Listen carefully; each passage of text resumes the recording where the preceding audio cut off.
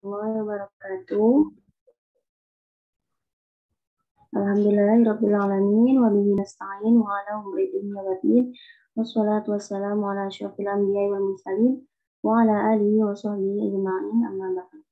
Yang terhormat Bapak pengampu mata kuliah, yaitu Bapak Sofyan Effendi, dan kepada teman-teman yang insya Allah diberkahi Allah Subhanahu wa Ta'ala.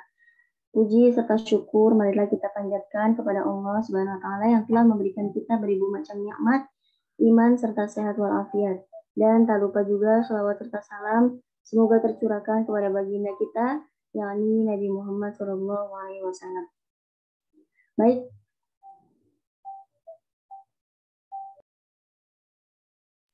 Baik, saya selaku moderator dari kelompok 7, insya Allah akan membimbing jalanan diskusi kali ini. Sebelumnya saya akan memperkenalkan anggota kelompok saya yang terdiri dari 3 orang, Rindi, Tazkiyatun Nufus, kemudian Safina Zafira.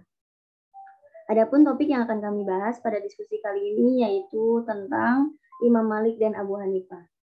Baik, adapun rangkaian acara selanjutnya yang akan kami lewati yaitu pertama pembukaan, kedua penyampaian materi, ketiga sesi tanya jawab, kemudian penutup, dan yang terakhir masukan dari dosen pembimbing. Untuk sesi pertama, yaitu pembukaan, mari kita buka presentasi ini dengan membaca basmalah. Bismillahirrahmanirrahim. Kemudian sesi selanjutnya yaitu penyampaian materi. Materi yang pertama akan disampaikan oleh Safina Zafira. Kepada Safina dipersilakan.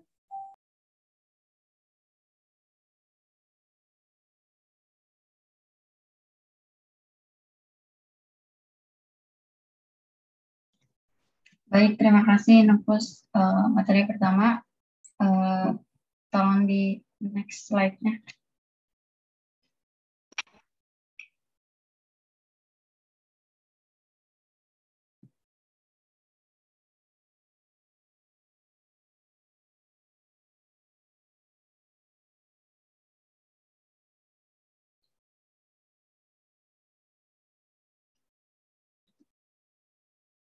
Baik, yang pertama yaitu biografi Imam Malik.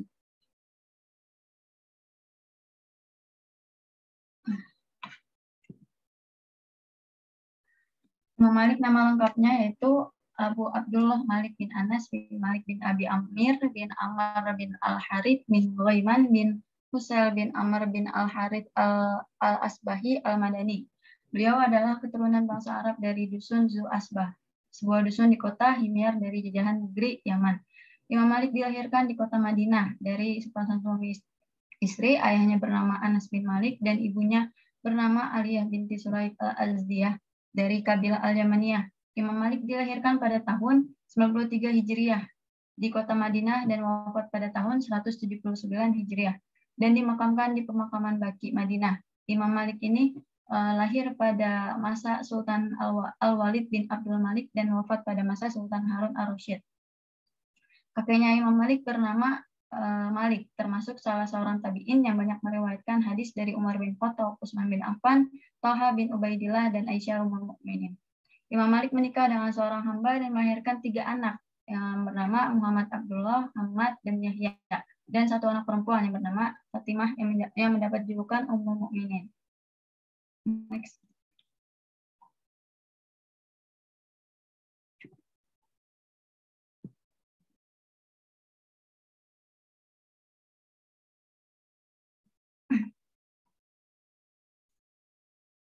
Next slide.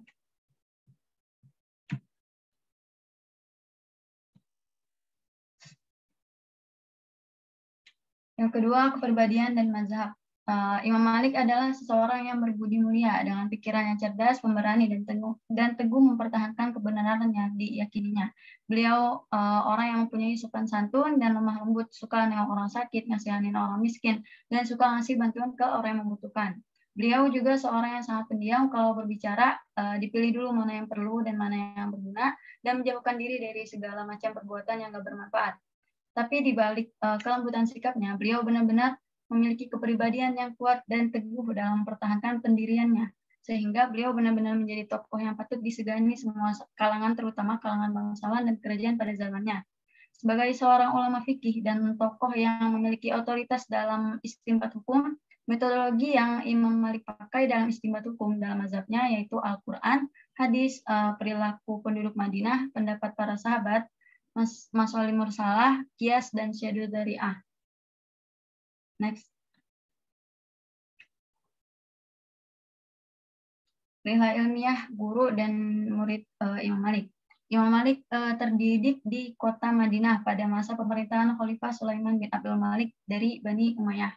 Pada masa itu masih terdapat beberapa golongan pendukung Islam, antara lain sahabat Ansar dan Muhajirin. Pelajaran pertama yang diterima Imam Malik itu adalah Al-Quran, yaitu gimana cara membacanya, memahami makna, dan tafsirnya. Beliau juga hafal Al-Quran di luar kepala. Selain itu, beliau juga mempelajari hadis Nabi, sehingga beliau mendapat julukan sebagai ahli hadis. Sejak masa kanak-kanak, Imam Malik udah terkenal sebagai ulama dan guru dalam pengajaran Islam. Kakeknya yang senama dengannya merupakan ulama hadis yang terkenal dan dipandang sebagai perawi hadis yang hidup sampai Imam Malik berusia 10 tahun. Dan pada saat itu pun Imam Malik sudah mulai bersekolah dan sampai dewasa beliau masih terus menuntut ilmu. Menurut Hamnah mengutip dari Amin Al-Khuldi, di antara guru-guru Imam Malik yang terkenal itu adalah yang pertama Robi'ah Ar-Ra'i bin Abi Abdurrahman Furu Al-Madani. Robi'ah itu adalah gurunya Imam Malik pada waktu kecil yang ngajarin Imam Malik tentang ilmu akhlak, ilmu fikih, dan ilmu hadis. Ada 12 riwayat hadis yang diriwayatkan dengan perincian 5 musnad dan 1 mursal. Yang kedua ada Ibnu Hurmuz Abu Bakar bin Yazid. Imam Malik berguru kepada Hurmuz selama kurang lebih 8 tahun dalam ilmu kalam, ilmu i'tiqad, dan ilmu fikih, dan mendapatkan 54-57 hadis dari beliau. Next. Yang ketiga ada gurunya yang bernama Ibnu Syihab Az-Zuhri. Imam Malik meriwayatkan 132 hadis dari beliau dengan rincian 92 hadis musnad dan yang lainnya mursal. Yang keempat ada Nafi bin Surajis Abdul Al-Jailani. Beliau adalah pembantu keluarga Abdullah bin Umar dan hidup masa Khalifah Umar bin Abdul Aziz. Riwayat Imam Malik darinya itu adalah riwayat yang paling sahih sanadnya. Imam Malik mendapat 80 hadis lebih dari Nafi. Yang kelima ada Ja'far Shadiq bin Muhammad bin Al-Husain bin Abu Thalib Al-Madani. Beliau adalah salah seorang imam Isna Asy'ariyah, Ahlul Bait, dan ulama besar. Imam Malik berguru fikih dan hadis kepada beliau dan mengambil 9 hadis darinya dalam bab manasik. Yang keenam ada Muhammad bin Al-Munkadir bin Al-Hadiri Al-Tailami Al-Quraisy. Beliau adalah saudara dari Robi'ah Ar-Ra'i, ahli fikih Hijaz dan Madinah, ahli hadis, dan seorang qori yang tergolong Sayyidatul Qura. Para guru Imam Malik selain dari 6 yang disebutin tadi, ada juga diantaranya Ibrahim bin Abi Ablah Al-Ukaili, ada Ismail bin Abi Al-Hakim, dan masih banyak lagi guru-guru beliau. Adapun murid-muridnya Imam Malik itu bisa dikelompokin dalam 3 kelompok. Kelompok pertama golongan tabi'in, diantaranya ada Sufyan As-Sauri, Al-Lais bin Sa'id, Ahmad bin Zaid, Sufyan bin Uyainah, Abu Hanifah, Abu Yusuf, Syarik bin Lahiyah, dan Ismail bin Khatir. Golongan tabi'in ada Az-Zuhri, ada Ayyub Al-Syekh Tiani, ada Abu Aswad, Robi'ah bin Abdurrahman, Yahya bin Sa'id Al-Ansari, Musa bin Uqbah, dan Hisham bin Urwah. Golongan yang ketiga ada golongan bukan dari tabi'in, antara lain ada Nafi bin Abi Nu'aim, Muhammad bin Ajlan, Salim bin Abi Umayyah, Abu An-Nadri, Maula Umar bin Abdullah Asy-Syafi'i, dan Ibnu Mubarak. Next.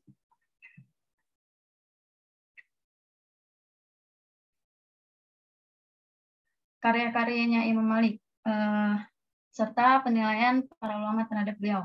Imam Malik itu adalah salah satu imam yang memproduksi karya yang cukup banyak, dan karyanya tersebut telah menjadi kitab induk serta sebagai rujukan kitab-kitab lain sampai sekarang ini. Karya-karya Imam Malik diantaranya ada Al-Muwatta, Kitab Aqdirah, Kitab Nujum, Hisab, Madar Az-Zaman, Manazil Qamar, kitab manasik, kitab tafsir li gharibul Quran, ahkamul Quran, al-mudawanah al-kubra, tafsir al-Quran, kitab masa Islam, risalah bin Ma'ruf Ghassan, risalah ila al-Lais, dan risalah ila Ibnu Wahab. Ulama-ulama besar yang hidup semasa dengan Imam Malik dan yang datang setelah masa tersebut semuanya setuju tentang keunggulan Imam Malik. Beliau dipandang sebagai sebuah tiang pengetahuan dan salah satu bentengnya, memuji ketakwaannya, ingatan yang kuat, kebenaran periwayatannya, dan kemampuan beliau dalam membuat fatwa. Imam Malik sangat menghargai hadis Rasul. Beberapa penilaian tokoh terhadap Imam Malik, ada perkataannya Ahmad bin Salih berkata, saya tidak mengetahui ada orang yang dalam menyeleksi manusia dan ulama lebih berhati-hati dari Malik. Juga dalam Takrib At-Tahdib, Ibnu Hajar berkata, Malik bin Anas bin Malik adalah seorang ahli fikih, imam dari kota Hijrah atau Madinah, pemimpin dari orang-orang yang memiliki takwa dan yang terbesar dari orang-orang yang kita ketahui. Tentangnya Al-Bukhari berkata, isnad-isnad atau rujukan terkuat adalah yang berasal dari Malik yang memperolehnya dari Nafi, sementara Nafi memperolehnya dari Ibnu Umar.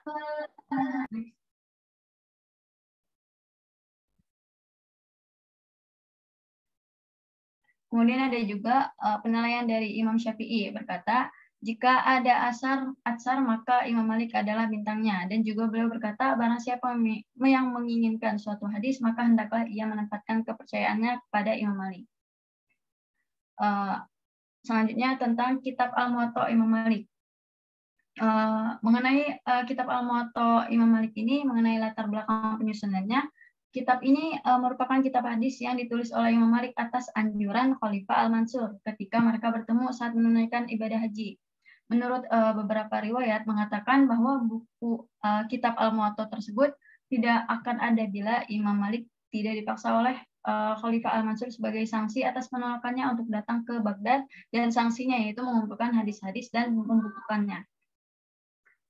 Sementara di samping Imam Malik terinisiatif dari usulan Khalifah Ja'far al-Mansur tadi, sebenarnya Imam Malik sendiri punya keinginan kuat untuk menyusun kitab ini yang dapat memudahkan umat Islam memahami agama.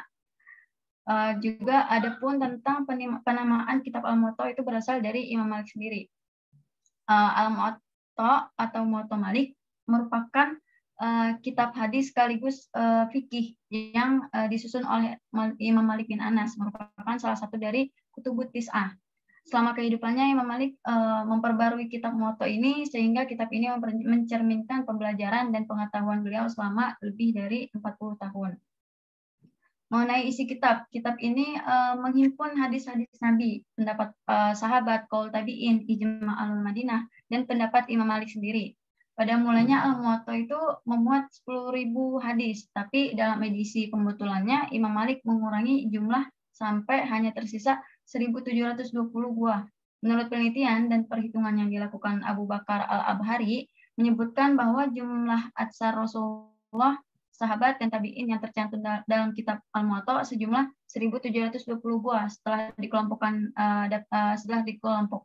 bisa diperinci hadis musnad sebanyak 600 buah, mursal 222 buah, mauquf 613 buah, dan yang berupa perkataan para tabi'in 285 buah. Next.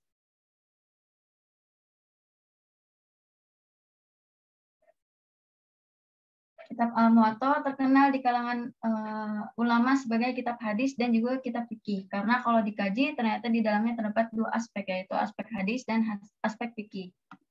Mengenai sistematika kitabnya, hadis-hadis yang termuat dalam kitab Al-Muwatta tersusun berdasarkan sistematika layaknya kitab fikih, yaitu dikelompokkan dalam kitab-kitab dan tiap-tiap kitab terdapat bab-bab. Atau kalau dalam Indonesia itu istilah kitab dalam kitab Al-Muwatta sama kayak bab, dan istilah bab sama kayak subbab. Metode kitab dan kualitas hadisnya, metode kitab yang dipakai adalah metode pembukuan hadis berdasarkan klasifikasi hukum Islam dengan mencantumkan hadis marfu berasal dari Nabi, mauquf atau yang berasal dari sahabat, dan maqtu atau yang berasal dari tabi'in. Ada 4 kriteria yang dikemukakan Imam Malik dalam mengkritisi periwayatan hadis, yaitu yang pertama, periwayat bukan orang yang berperilaku jelek. Yang kedua, bukan ahli bid'ah. Yang ketiga, bukan orang yang suka berdusta dalam hadis. Yang keempat, Dan yang keempat, bukan orang yang tahu ilmu tapi nggak diamalkan. Adapun hadis-hadis dalam kitab Al-Muwatta itu adalah sahih. Next. Materi selanjutnya yaitu penilaian ulama tentang kitab Al-Muwatta yang akan dibacakan oleh Rindi. Dipersilakan. Baik, saya akan membahas tentang penilaian ulama tentang kitab Al-Muwatta. Al-Muwatta adalah kitab dasar hadis pertama yang disusul kemudian kitab Sahih Bukhari. Dalam perspektif Ibnu Arabi, kedua kitab dasar itu menjadi landasan dalam penulisan kitab Imam Syafi'i yang mengatakan tak ada kitab apapun setelah Al-Quran yang lebih akurat dari Al-Muwatta karangan Imam Malik. Pendapat ini menurut Jalaluddin Asyuyuti tidak 100% salah, sebab memang pernyataan Asy-Syafi'i tersebut ada sebelum kitab hadis-hadis Sahih Bukhari muncul. Sementara itu, menurut Ad-Dahlawi, Al-Muwatta berada dalam satu level dan sejajar dengan dua kitab Sahih, yaitu Bukhari dan Muslim. Sekalipun dalam Al-Muwatta terdapat hadis mursal ataupun mauquf. Pendapat ini diperkuat oleh Ahmad Syakir. Menurut dia, Al-Muwatta memuat hadis-hadis mursal, tetapi keberadaannya tetap tak mengurangi nilai dan kualitas karya Imam Malik tersebut. Sebagaimana kitab hadis lainnya tak luput dari hadis-hadis mursal ataupun mauquf.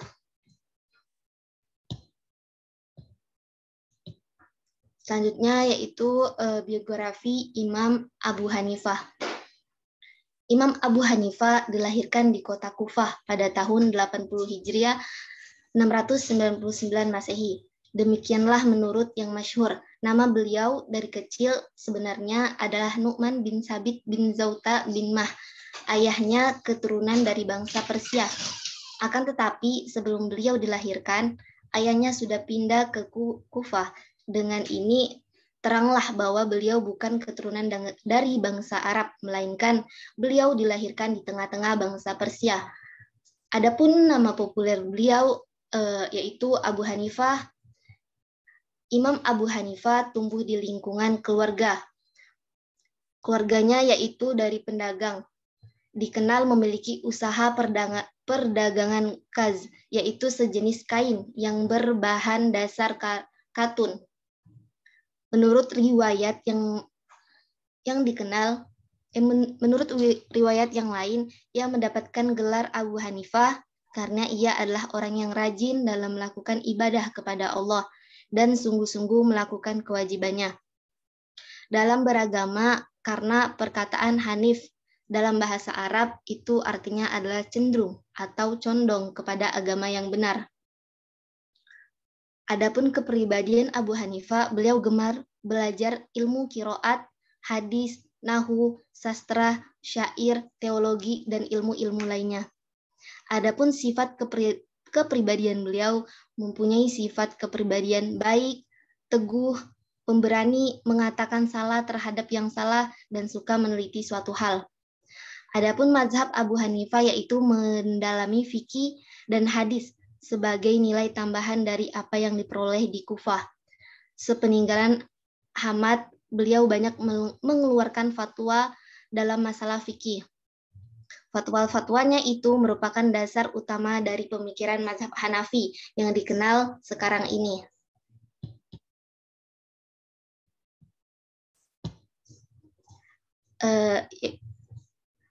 Yaitu rihla ilmiah guru dan murid. Selain itu, Abu Hanifah juga menambah ilmunya di Hijaz dan menambah ilmu fikih dan hadisnya sebagai nilai tambahan dari apa yang ia pelajari di Kufah. Majelis Madrasah Kufah sepakat untuk mengangkat Abu Hanifah menjadi kepala madrasah. Abu Hanifah pernah tinggal di Baghdad.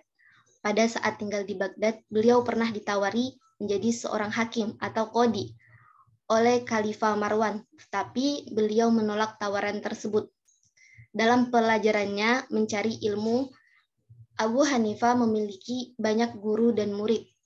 Menurut kebanyakan guru-guru beliau pada waktu itu ialah para ulama, tabi'in dan tabi'in. Di antaranya ialah Abdullah bin Mas'ud, Ali bin Abi Thalib, Ibrahim An-Nakhai. Adapun murid-murid Imam Abu Hanifah yang paling terkenal yang pernah belajar dengannya di antaranya ialah ada Imam Abu Yusuf, Yakub bin Ibrahim Al-Ansori, Imam Muhammad bin Hasan bin Farqad Asy-Syaibani, Imam Zafar bin Huzail bin Qais Al-Kufi. Adapun karya-karya beliau yang khusus membicarakan masalah waris dan segala ketentuannya menurut hukum Islam, yaitu diantaranya adalah ada Al-Faraid. Adapun kitab yang menyangkut masalah pokok yaitu antara lain Al-Jami As-Shaghir. Dan kitab yang membahas tentang nazar yaitu antara lain ada kitab Harun An-Niyah, niat yang murni.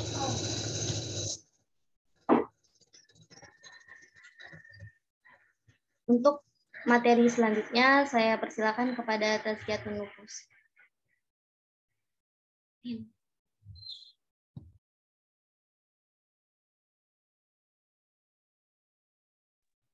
Baik, materi selanjutnya yaitu tentang kitab Musnad Abu Hanifah. Selain itu, Imam Abu Hanifah juga mengambil sanad hadis kepada Abu Ishaq As-Sabi'i, Muharib bin Misar, Hamad bin Abu Salama, Al-Haytham bin Hubaib, Qais bin Muslim, Muhammad bin Al-Munkadir, Hisham bin Urwah, Simak bin Harb, dan Nafi Maula ibnu Umar. Sedangkan di antara murid Imam Abu Hanifah yang meriwayatkan hadis darinya adalah Syaim bin Bashir, Yazid bin Harun, Abu Yusuf Al-Qadi, Muhammad bin Al-Hasan Asy-Syaibani, Umar bin Muhammad Al-Qazi, dan Hauzah bin Khalifah. Kitab ini mempunyai 3 tingkatan. Pertama, tingkat al-usul, masalah-masalah pokok.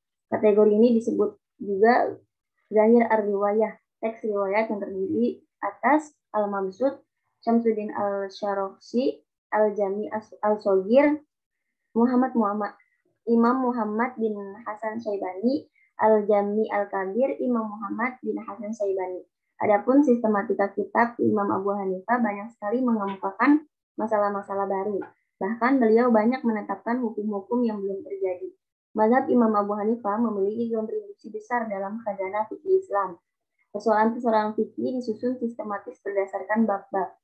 Imam Abu Hanifah adalah ulama pertama yang mengkodifikasikan ilmu syariah dan disusun sistematis berdasarkan bab-bab.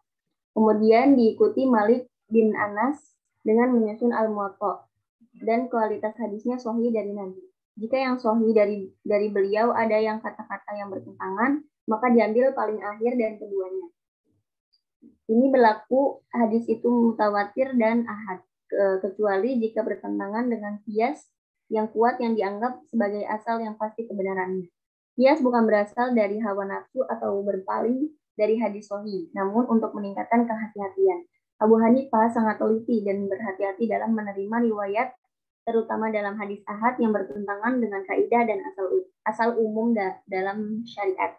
Next.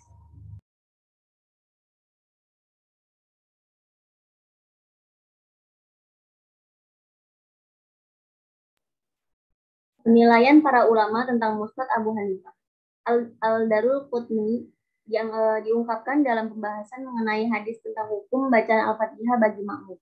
Dalam hal ini, menurut Abu Hanifah, makmum tidak wajib membaca Al-Fatihah berdasarkan hadis bacaan imam adalah bacaan makmum. Sementara Imam Syafi'i berpendapat bahwa makmum wajib membaca Al-Fatihah berdasarkan hadis tidak sah sholat tanpa membaca Al-Fatihah.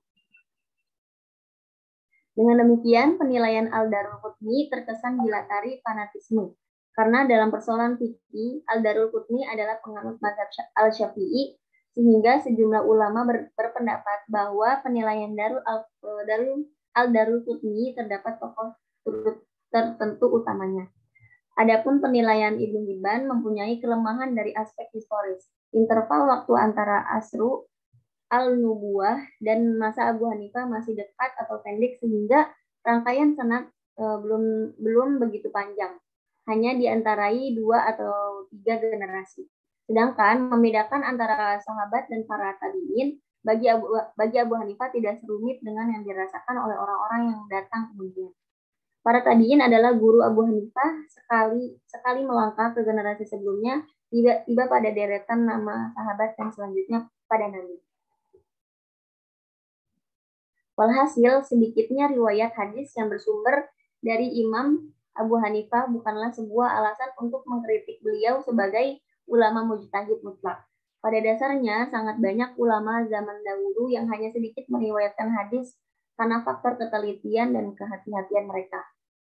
Contoh misalnya sahabat Abu Bakar As-Siddiq yang notabene adalah sahabat terdekat Nabi dan yang paling pertama masuk Islam juga sangat sedikit meriwayatkan hadis. Bahkan jumlah hadis yang diriwayatkan sahabat Abu Bakar jauh lebih sedikit dari sahabat Abu Hurairah yang jauh lebih akhir masuk Islam.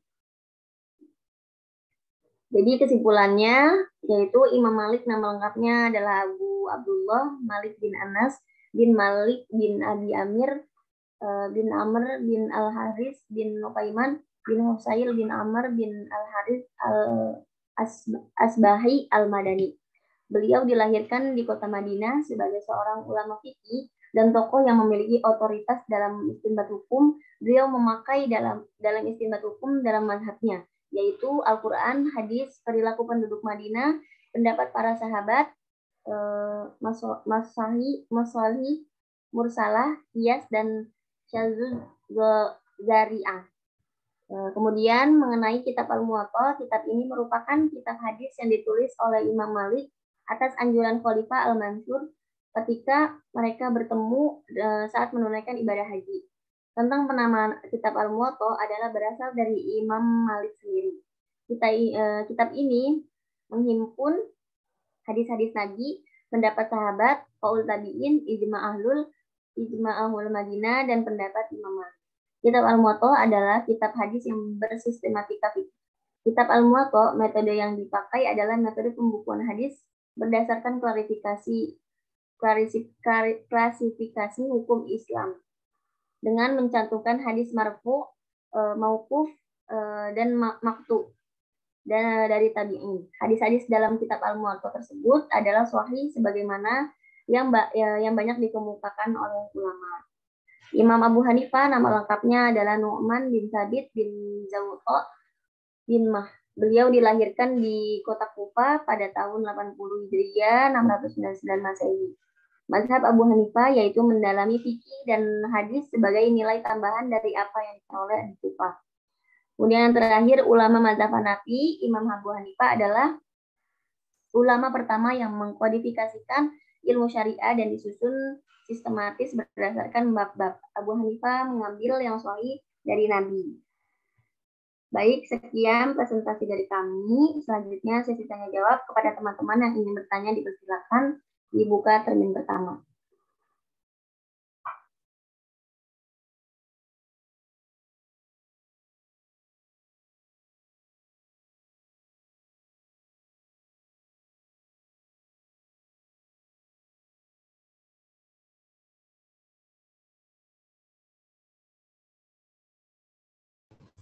Saya izin bertanya. Pertanyaannya, apa penyebab Abu Hanifah menolak Khalifah Marwan untuk menjadi hakim di Baghdad sampai ia dihukum karena penolakannya? Mungkin itu. Terima kasih.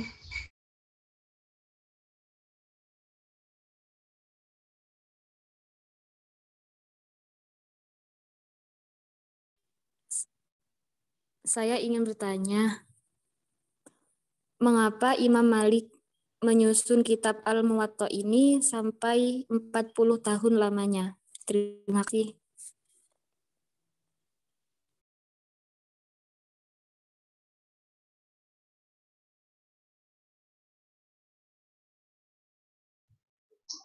Saya izin tanya, kalau melihat kehidupan Imam Abu Hanifah, ada masa kehidupannya yang berbarengan dengan kehidupannya Imam Malik. Lalu apakah Imam Malik ini mengambil ilmu dari Imam Abu Hanifah atau apakah salah satunya pernah saling berguru?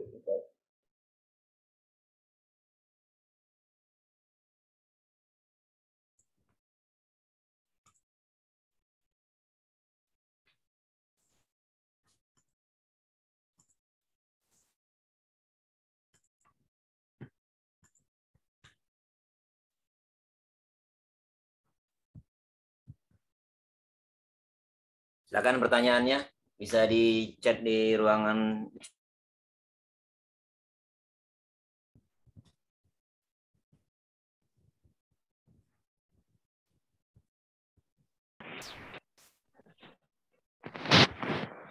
Silakan yang lain.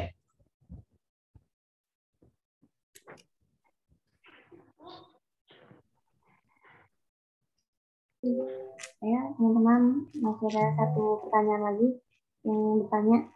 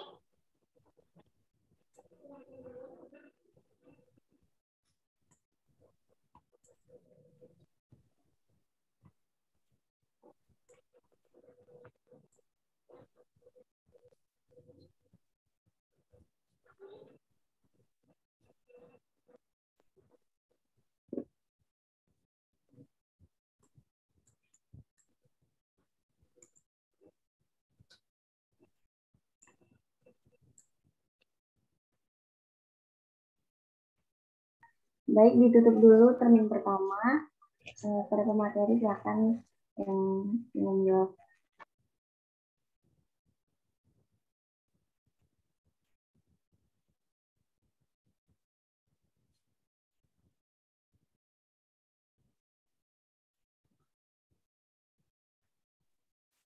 Saya mau menjawab pertanyaan dari Daniah. Kenapa Imam Malik menyusun kitab Al-Muwatta ini sampai 40 tahun lamanya? Ya, 40 tahun. Imam Malik menyusun kitab Al-Muwatta ini di abad kedua, dari sekitar tahun 137 Hijriah sampai 170. Karena ini usaha yang luar biasa gitu dari Imam Malik bin Anas dalam menyusun kitab Al-Muwatta. Jadi Imam Malik ini di era periwayatan, era tabi'in gitu, makanya butuh waktu yang lama. Beliau menghimpun hadis-hadis, melakukan pengecekan setiap riwayat, terus nelusurin setiap riwayat, terus di makalah juga udah dijelasin kalau selama penyusunan itu beliau nunjukin dulu ke guru-gurunya biar dapat persetujuan dari guru-gurunya. Dan terus diperbaiki lagi, diseleksi lagi dengan teliti sampai 40 tahun lamanya. Juga pada masa itu tuh teknologi kan sederhana gitu, terus alat transportasi juga sederhana, jadi wajar butuh waktu yang lama sampai 40 tahun gitu. Mungkin pemakala ada yang mau menambahkan.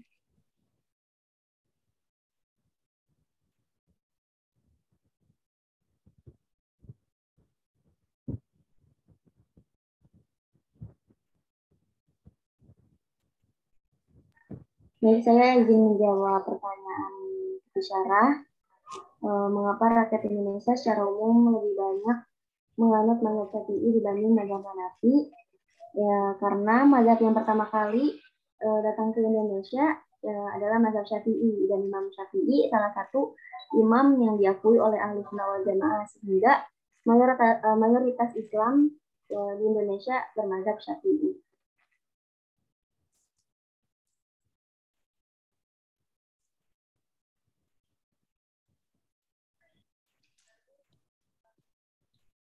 Baik, saya izin menjawab pertanyaan dari Ukti Lutfiah, yaitu mazhab Hanafi ini menjadi mazhab yang dominan di beberapa negara mayoritas muslim ya. Nah, mazhab Hanafi ini menjadi mazhab yang dominan di beberapa negara mayoritas muslim. Yang pertama yaitu banyaknya dianut di Yordania, Lebanon, Pakistan, Suriah, Turki, Arab, Bangladesh, Mesir, India, dan Irak. Nah, negara-negara ini banyak merujuk kepada fatwa-fatwa mazhab Hanafi.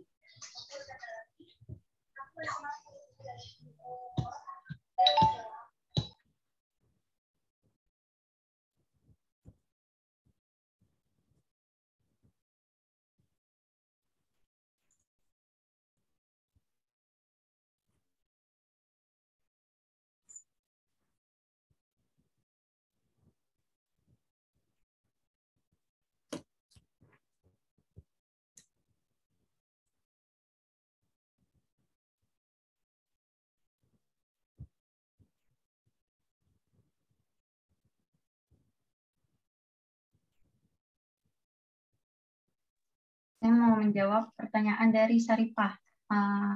Pertanyaannya, kalau melihat kehidupan Imam Abu Hanifah, ada masa kehidupannya yang berbarengan dengan kehidupannya Imam Malik. Apakah Imam Malik ngambil ilmu dari Imam Abu Hanifah atau salah satunya pernah saling berguru? Jadi Imam Malik sama Imam Abu Hanifah itu kan hampir sezamannya.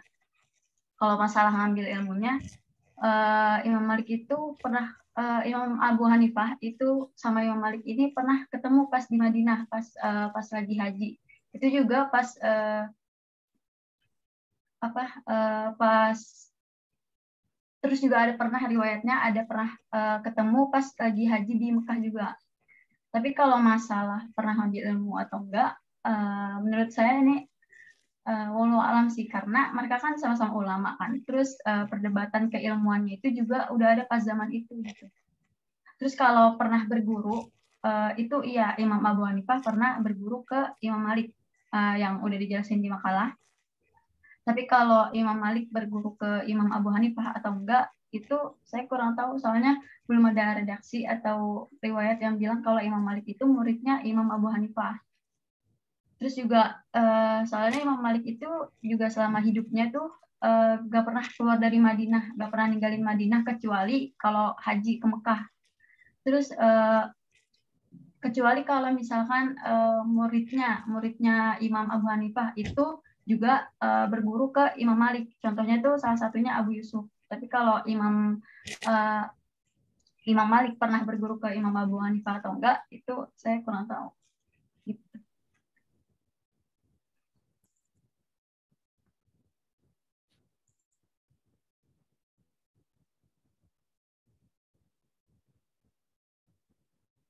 Baik, selanjutnya saya izin menjawab pertanyaan dari Siti Nur Alfia yang bertanya, mengapa banyak ulama dari luar Madinah datang untuk mendapatkan ilmu Imam Malik?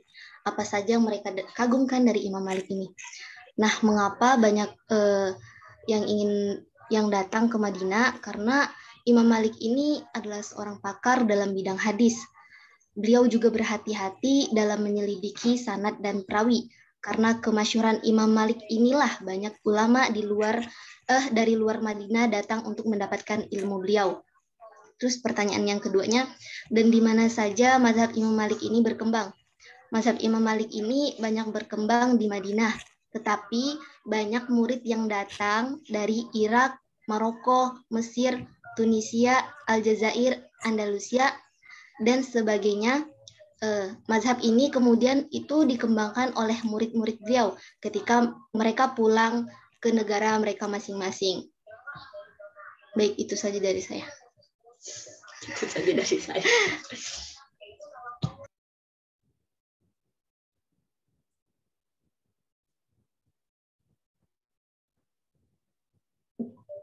Baik, saya akan menjawab.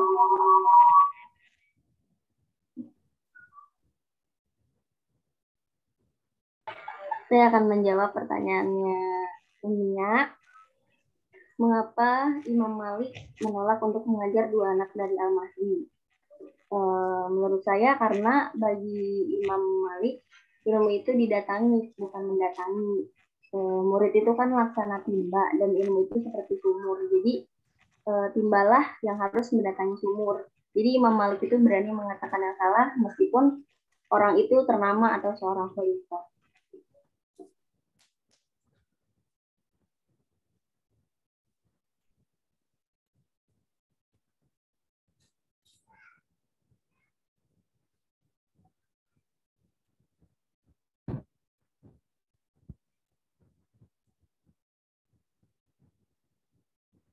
Saya mau menjawab pertanyaan dari Salva.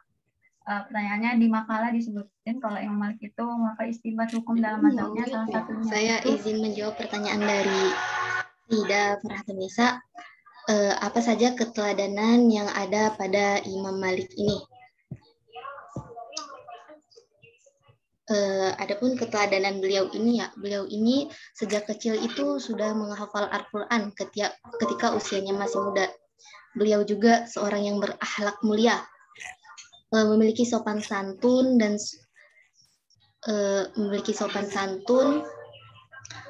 tabah menghadapi ujian yang menimpa beliau, beliau adalah orang yang senang memakai wangi-wangian.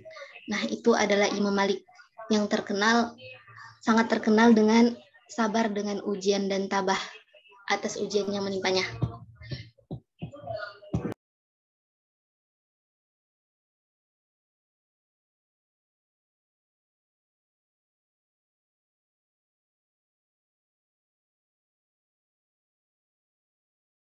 Baik, saya izin menjawab pertanyaan Nafiwi. Bagaimana perkembangan mazhab Hanafi? Mazhab Hanafi itu telah masuk sejak abad ke-3 Hijriah. Mazhab Hanafi menjadi mazhab yang resmi. Para pengikut mazhab Hanafi juga mendapatkan posisi mereka semakin kuat ketika Turki Utsmani menguasai Indonesia.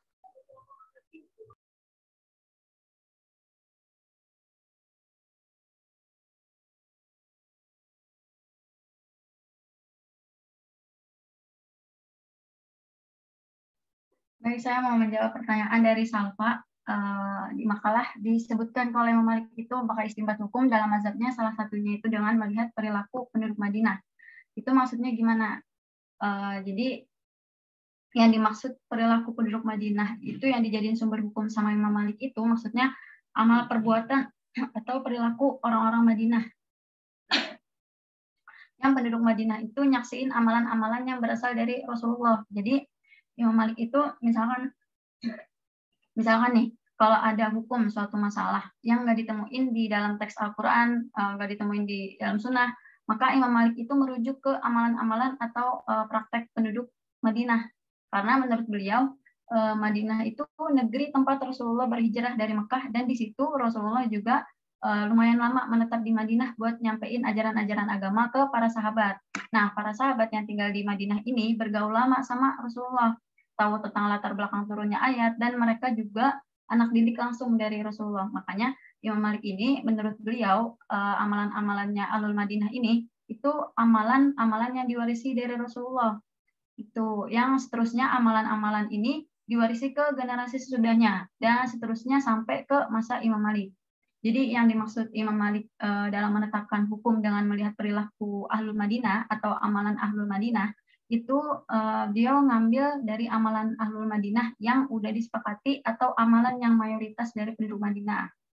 Beliau Imam Malik itu menganggap kalau amalan Ahlul Madinah ini bagian dari ajaran Rasul. Makanya menurut beliau bisa dijadiin sumber hukum. Tapi kalau amalan Ahlul Madinah ini sesudah masa keutamaan yang nyaksiin amalan Rasul, maka sama Imam Malik itu gak dijadiin hujah.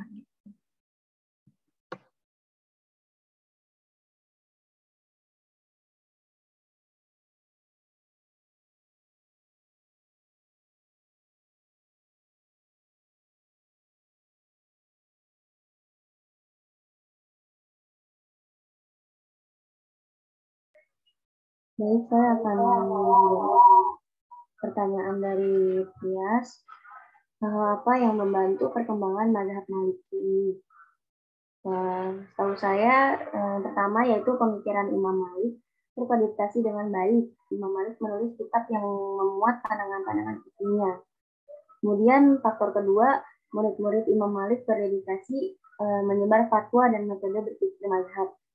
Kemudian yang ketiga, keterlibatan penguasaan dalam penyebaran mazhab.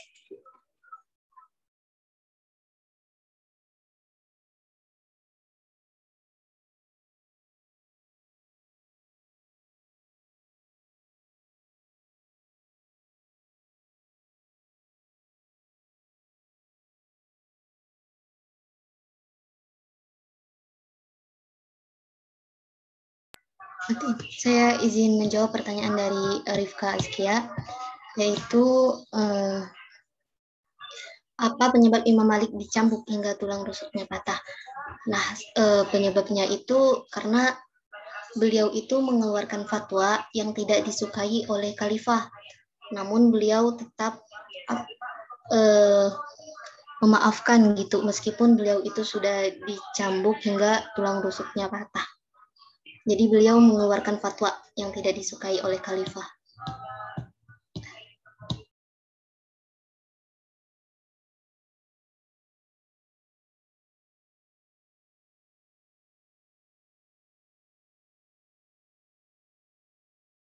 Saya mau menjawab pertanyaan dari Safira.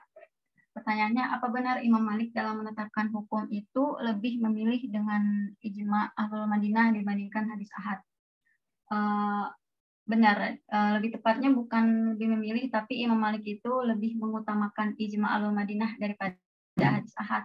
Alasannya apa? Karena menurut Imam Malik, hadis ahad itu hadis yang diriwayatkan oleh perorangan atau beberapa orang yang nggak sampai ke tingkat mutawatir. Sedangkan menurut beliau, kalau ijma Ahlul Madinah yang disepakati itu kedudukannya sama kayak hadis mutawatir, yang dalam masalah keagamaan kedudukannya dianggap sebagai ijma yang mengikat seluruh umat Islam. Jadi bagi Imam Malik itu dalam menetapkan hukum lebih mengutamakan ijma Ahlul Madinah daripada hadis ahad. Dan menurut Imam Malik ini, kalau ada hadis ahad yang bertentangan sama praktek penduduk Madinah atau amalan Ahlul Madinah atau ijma Ahlul Madinah, maka menurut beliau hadis ahad itu berarti nggak benar datangnya dari Rasul gitu. Jadi Imam Malik lebih mengutamain perilaku penduduk Madinah, ijma Ahlul Madinah daripada hadis ahad.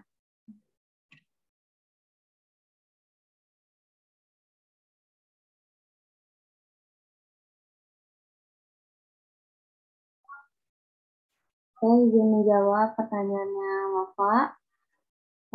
Di makalah kan tertulis bahwa Abu Hanifah ahli dalam berdebat. Apa yang dilakukan Abu Hanifah ketika beliau berdebat dengan seorang ateis yang ingin menyakitinya. Jadi ketika Abu Hanifah berdebat dengan ateis, beliau membuat ateis itu terbungkam oleh pendapatnya. Pada saat itu Abu Hanifah menceritakan bahwa ada pohon-pohon yang tumbang dan memecah belah kayu menjadi kapal serta berlayar ke suatu tempat tanpa nakoda. Kemudian ateis tidak percaya lalu menganggap hal itu bodoh. Gak mungkin pohon bisa membuat dirinya menjadi kapal dan berlayar sendiri. Dan beliau membandingkan dengan alam semesta yang besar, tidak mungkin gak ada penciptanya karena Allah yang menciptakannya.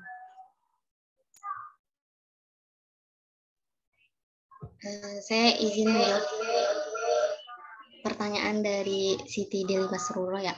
Apa penyebab Imam Abu Hanifah menolak Khalifah Marwan untuk menjadi hakim di Baghdad sampai beliau dihukum karena penolakannya?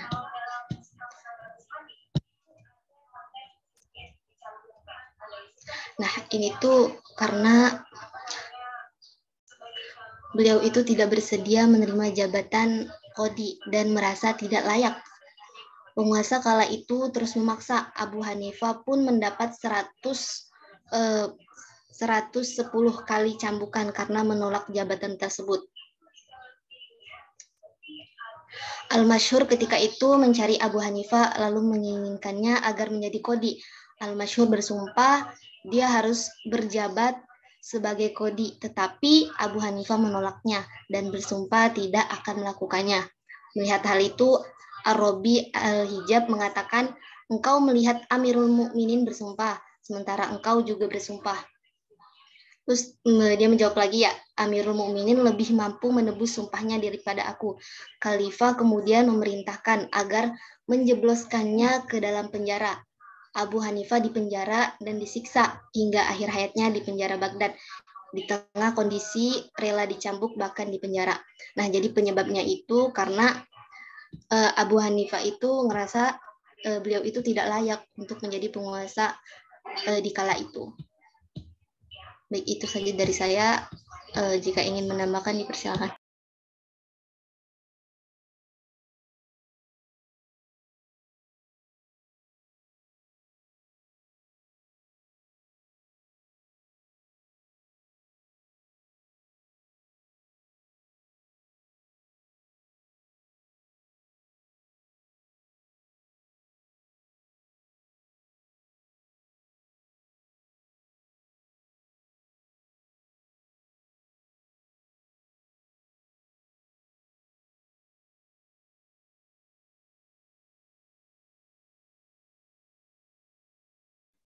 Saya mau menjawab pertanyaan dari Shirley. Ada nggak sih yang menjadi ciri khas mazhabnya Imam Malik ini, dan ada nggak sih orang Indonesia itu yang nganut mazhabnya Imam Malik? Kalau ada, itu cara penyebarannya gimana? Ciri khas dari mazhab Imam Malik itu ada dalam menetapkan suatu hukum, beliau itu mengambil dari amalan Ahlul Madinah yang udah dijelaskan tadi, itu perilaku penduduk Madinah. Nah, ini nggak dipakai di mazhab yang lain, tapi kalau di mazhab Imam Maliki dijadiin dalil gitu. Jadi bagi Imam Malik, amal perbuatan penduduk Madinah itu dalil, bisa dijadiin hujah gitu. Itu ciri khas dari mazhab Maliki. Terus ada nggak sih orang Indonesia yang nganut mazhabnya Imam Malik ini? Pasti ada, tapi mungkin nggak sebanyak penganut mazhab Syafi'i, karena di Indonesia ini kan mayoritas mazhab Syafi'i kan, dan dijadiin mazhab resmi juga dalam menetapkan hukum. Jadi emang nggak sebanyak penganut Syafi'i kalau di Indonesia. Cara penyebarannya gimana? Mungkin bisa dari berpindahnya penduduk Madinah ke Indonesia. Yang udah dijelasin tadi, kalau mayoritas itu di Madinah kan, karena awalnya itu dari Madinah mazhab Malik ini. Jadi mungkin penyebarannya bisa dari situ.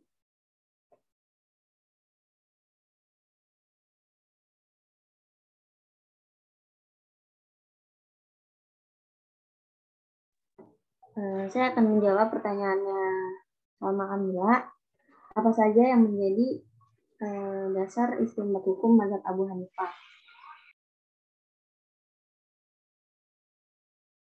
Yaitu ada Al-Quran, Sunnah Ijma Sahabat, Qiyas, Istishan, dan Urf.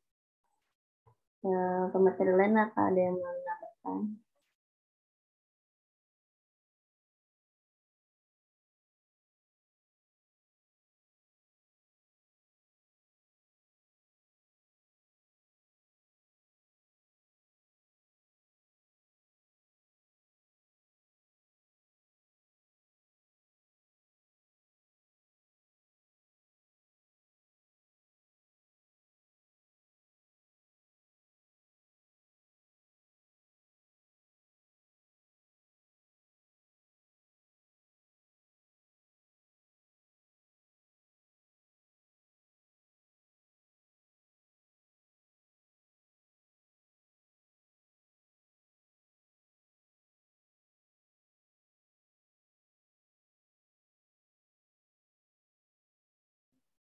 Saya mau menjawab pertanyaan dari Salma Aldira.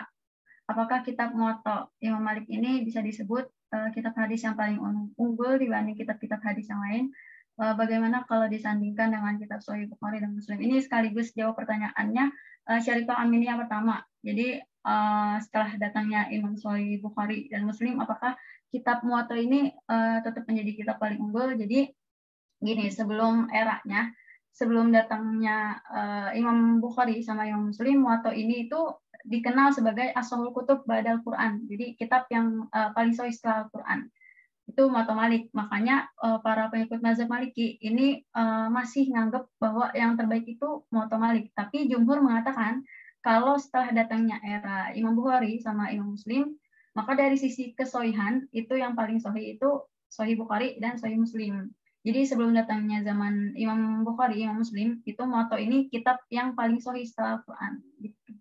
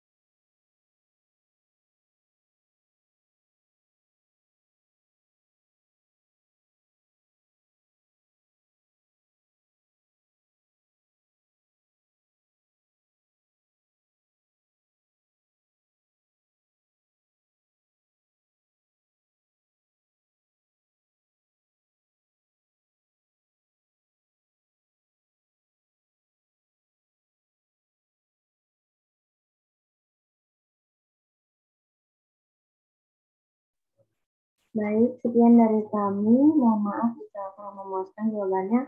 Untuk sesi selanjutnya, saya persilakan kepada Bapak Pengampu Mata Kuliah, yakni Bapak Sofian Effendi. Para Bapak dipersilakan.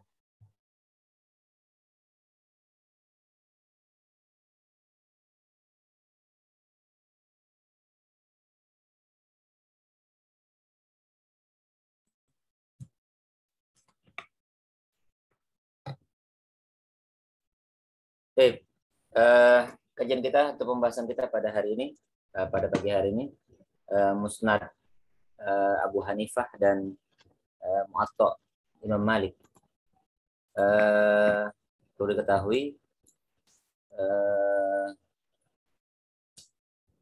Imam Ahmad, bukan Imam Ahmad, Imam Abu Hanifah atau yang dikenal dengan nama Nu'man bin Thabit ya. Nama beliau, nama aslinya dari apa? Nu'man bin Thabit At-Taimi Al-Kufi. Al-Imamul A'immah, Al-Imamul A'zam Abu Hanifah Nu'man bin Thabit At-Taimi Al-Kufi. Beliau lahir tahun 80-an Hijriah. Ya, 80-an Hijriah berarti masa di mana masih ada tabi'in waktu masa itu. Beliau termasuk dalam kategori tabi'in ya. Beliau termasuk dalam kategori tabi'in sebagai salah satu ulama terkemuka dari Kufah. Ya, dari Kufah. Beliau tinggal di Kufah. Kufah itu dalam sejarah ilmu hadis di masa Umar bin Khattab itu termasuk sampai nanti diperintah oleh Hajjaj bin Yusuf As-Saqafi. Itu termasuk dalam kategori kota ataupun daerah yang daerah tukang pembangkang di sana. Ya, susah diatur. Ya, susah diatur sehingga Umar bin Khattab sendiri pun merasa kebingungan menghadapi orang-orang Kufah. Ya.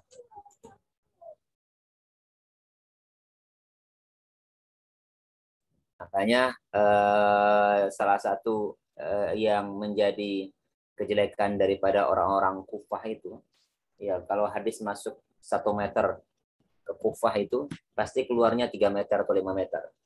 Artinya apa? Artinya sering sekali orang-orang Kufah itu saking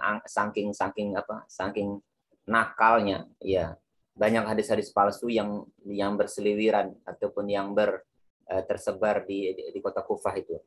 Makanya jarang ditemukan hadis-hadis sahih di kota Kufah itu.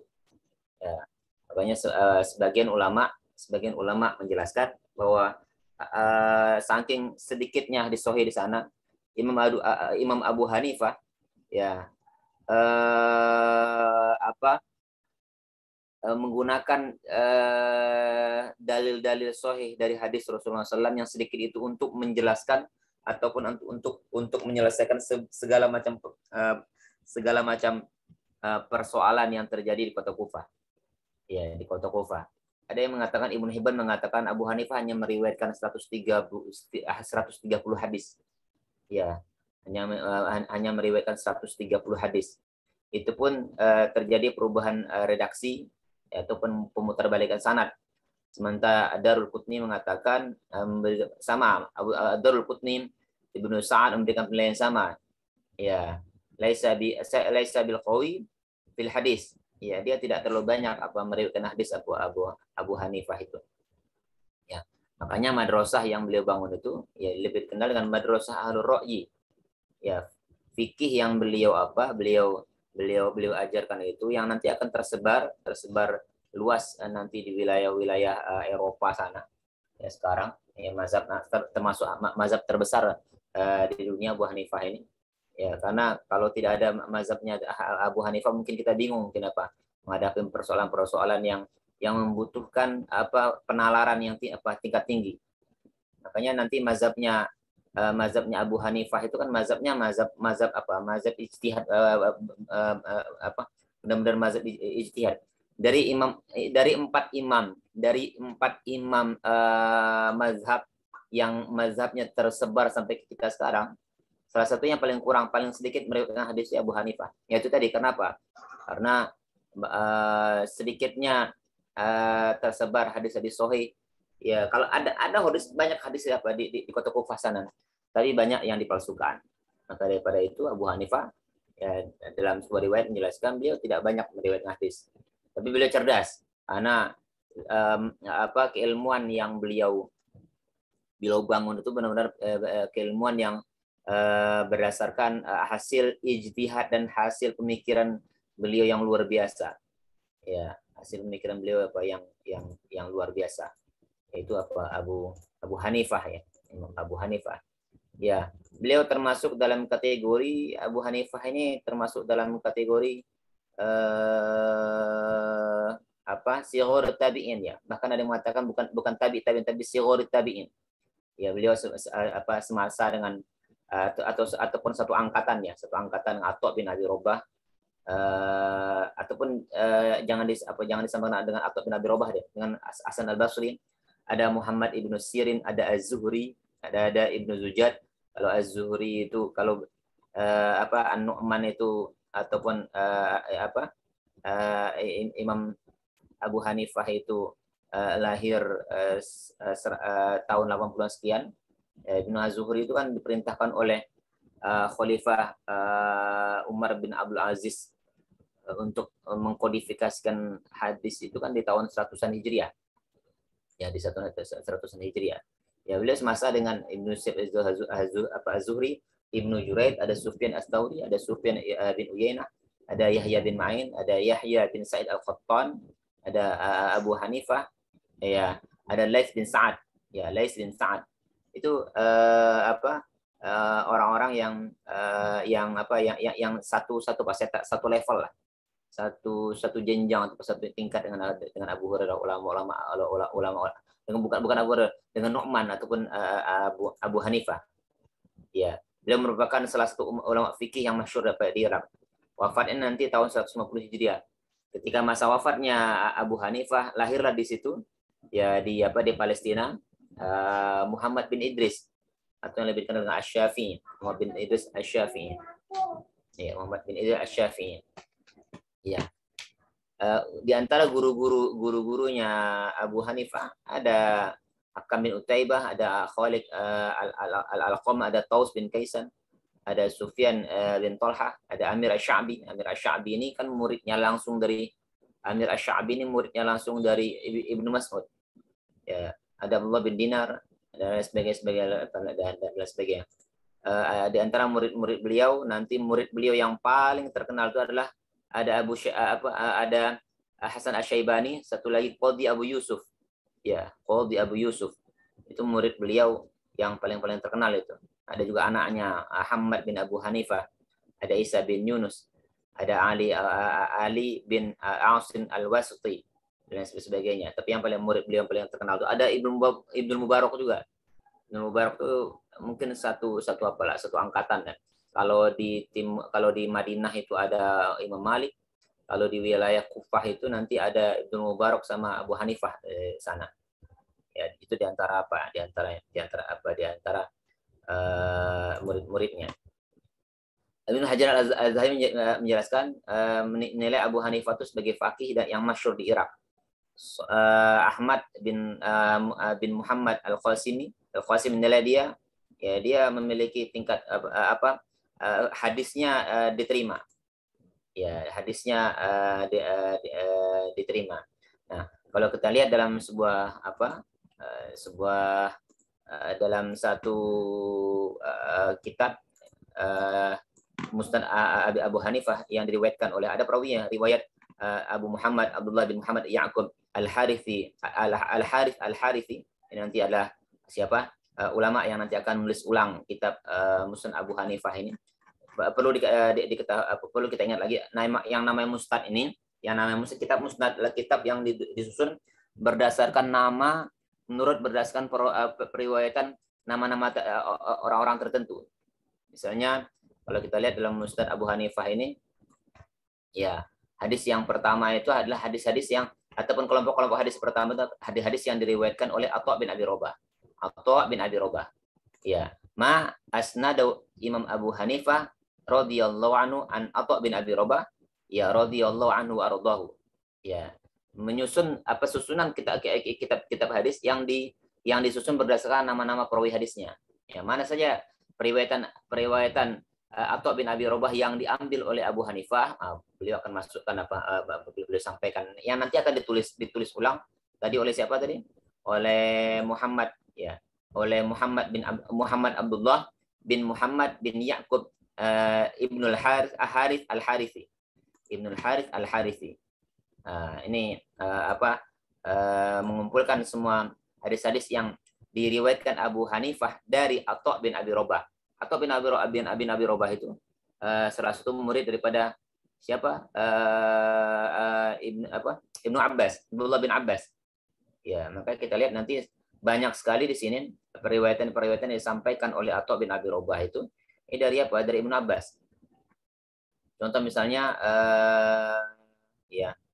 contoh misalnya di dalam di sini misalnya. Coba kita lihat sini. Ini ada dari Abu Hurairah juga. Atha bin Abi Robah an Yusuf bin Hal an Abi Hurairah ada di lihat.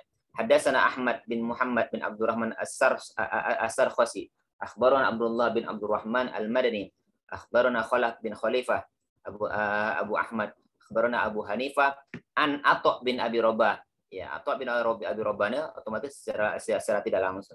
Secara langsung adalah gurunya Abu Hanifah. Atha bin Abi Robah muridnya Abu Hanifah. Ya, Abu Hanifah. Beliau menjadi ulama besar di kota Makkah setelah Abu Hurairah, setelah Ibnu Abbas wafat. Ya. An Atha bin Abi Robah an Ibnu Abbas anna Rasulullah sallallahu alaihi wasallam shalla qa'idan wa qa'iman wa muhtabiyan. Atau yang lain misalnya haddatsa Muhammad bin Munzir al-Amash al-Balkhi akhbarana Suwaid bin Sa'id haddatsana Ali bin Mashhur akhbarana Abu Hanifah an Atha bin Abi Rabah an Ibnu Abbas anna Nabi sallallahu alaihi wasallam laba hatta ramal jamrah. Lihat sini setelahnya lagi misalnya ada hadis an Abi Hanifah an Atha bin Abi Rabah an Ibnu Abbas dan sebagainya. Jadi beliau nanti banyak ini salah satu contoh ya, contoh-contoh hadis yang ada dalam kitab Abu Hanifah yang disusun berdasarkan ya nama gurunya Abu Hanifah atau nama-nama para perawi hadis baik itu tingkat pertama, tingkat kedua atau tingkatan ketiga. Tingkatan pertama ya sahabat. Misalnya Musnad Abu Hurairah misalnya atau Musnad Ahmad bin Musnadnya Aisyah misalnya atau Musnadnya siapa? Musnad Abdullah bin Abbas atau perawi tingkat kedua ya muridnya sahabat ya tabi'in berarti atau Atha bin Abi Rabah, Musnad Atha bin Abi Rabah. Berarti murid-murid yang guru-guru daripada Abu Hanifah yang mana beliau mengambil hadis dan pernah beliau sampaikan kepada murid-muridnya. Ya, itu. Jadi kalau kita lihat di daftar isinya, kita lihat di sini ma'asnadahu Imam Abu Hanifah an Abi Zubair Muhammad bin Muslim bin Tadarus al-Makki. Ya. Ma'asnadahu. Kalau di atas kan ma'asnadahu Abu Hanifah an Atha bin Abi Rabah. Hadis-hadis yang disandarkan Abu Hanifah kepada Atha bin Abi Rabah atau yang didapatkan dari gurunya Atha bin Abi Rabah. Hadis-hadis yang disandarkan atau yang didapatkan Abu Hanifah dari Umar bin Dinar. Hadis-hadis yang didapatkan oleh Abu Hanifah dari Tawus. Hadis-hadis yang didapatkan oleh Abu Hanifah dari Ikrimah Maula Ibnu Abbas. Ya, Ikrimah ini ya pembantunya Ibnu Abbas ya secara tidak langsung ya satu angkatan dengan Atha bin Abi Rabah tadi. Ya, ma'asnadu Abu Hanifah an Muqsim Maula Abu Hanifah Ibnu Abbas. Muqsim sama dengan Ikrimah. Ya, ini banyak ya. Ya, banyak dari Ibnu Abbas juga. Ma'asnadu Abu Hanifah an Ma'bad Maula Ibnu Abbas. Yang diriwayatkan Abu Hanifah dari Ma'bad bin Maula Ibnu Abbas. Tadi Muqsim Maula Ibnu Abbas. Tadi yang di atasnya Ikrimah Maula ini pembantu ya. Maula Ibnu Abbas. Ya, an Atha bin Abi Rabah an Ibnu Abbas. Dan banyak lagi sampai ya ada yang meriwayatkan beliau hanya meriwayatkan hadis sekitar apa tadi ya 130-an hadis lah. Ya, tapi siapa namanya? Muhammad bin Abdullah bin Muhammad Yaqub bin Harith Al-Harithi. Beliau mencoba mengumpulkan hadis-hadis yang pernah disampaikan oleh Abu Hanifah, dan beliau nanti akan menuliskan kitabnya ya dengan nama Musnad Abu Hanifah, ya hadis-hadis yang pernah disampaikan Abu Hanifah, ya dengan nama Musnad Abu Hanifah, ya yang diriwayatkan riwayat Muhammad, ya Abi Muhammad Abdullah bin Muhammad Yaqub bin Harith Al-Harithi. Nah, ini kitabnya. Jadi kitab Musnad adalah kitab yang disusun berdasarkan nama-nama perawi hadisnya. Ya. Yang kedua, kitab Al-Mu'atta. Ya, kitab Al-Mu'atta. Al-Mu'atta itu nama lain daripada kitab Al-Mu'atta itu. Ya. Al-Mu'atta itu artinya kan bukan nama lain. Arti dari Mu'atta itu kan kitab yang yang diakui. Iya. Kitab yang diakui, yang disepakatin. Kata arti daripada Al-Mu'atta itu. Sebentar, Mu'atta Imam Malik. Ya, ini kitab Al-Mu'atta.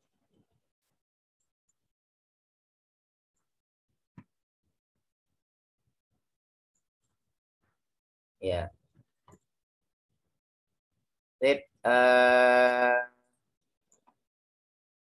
Ya, namanya Abu Abdullah Malik bin Anas bin Malik bin Abu Amir bin Amr bin Harith Al-Ghaimi, ya imam mazhab yang hidup sezaman dengan Khalifah Bani Abbasi Harun Ar-Rasyid. Harun Ar-Rasyid. Ya, suatu hari dalam kunjungan ke kota Madinah, Khalifah Bani Abbasi Harun Ar-Rasyid tertarik untuk mengikuti ceramah Al-Muwatta atau himpunan hadis yang ditulis oleh Imam Malik.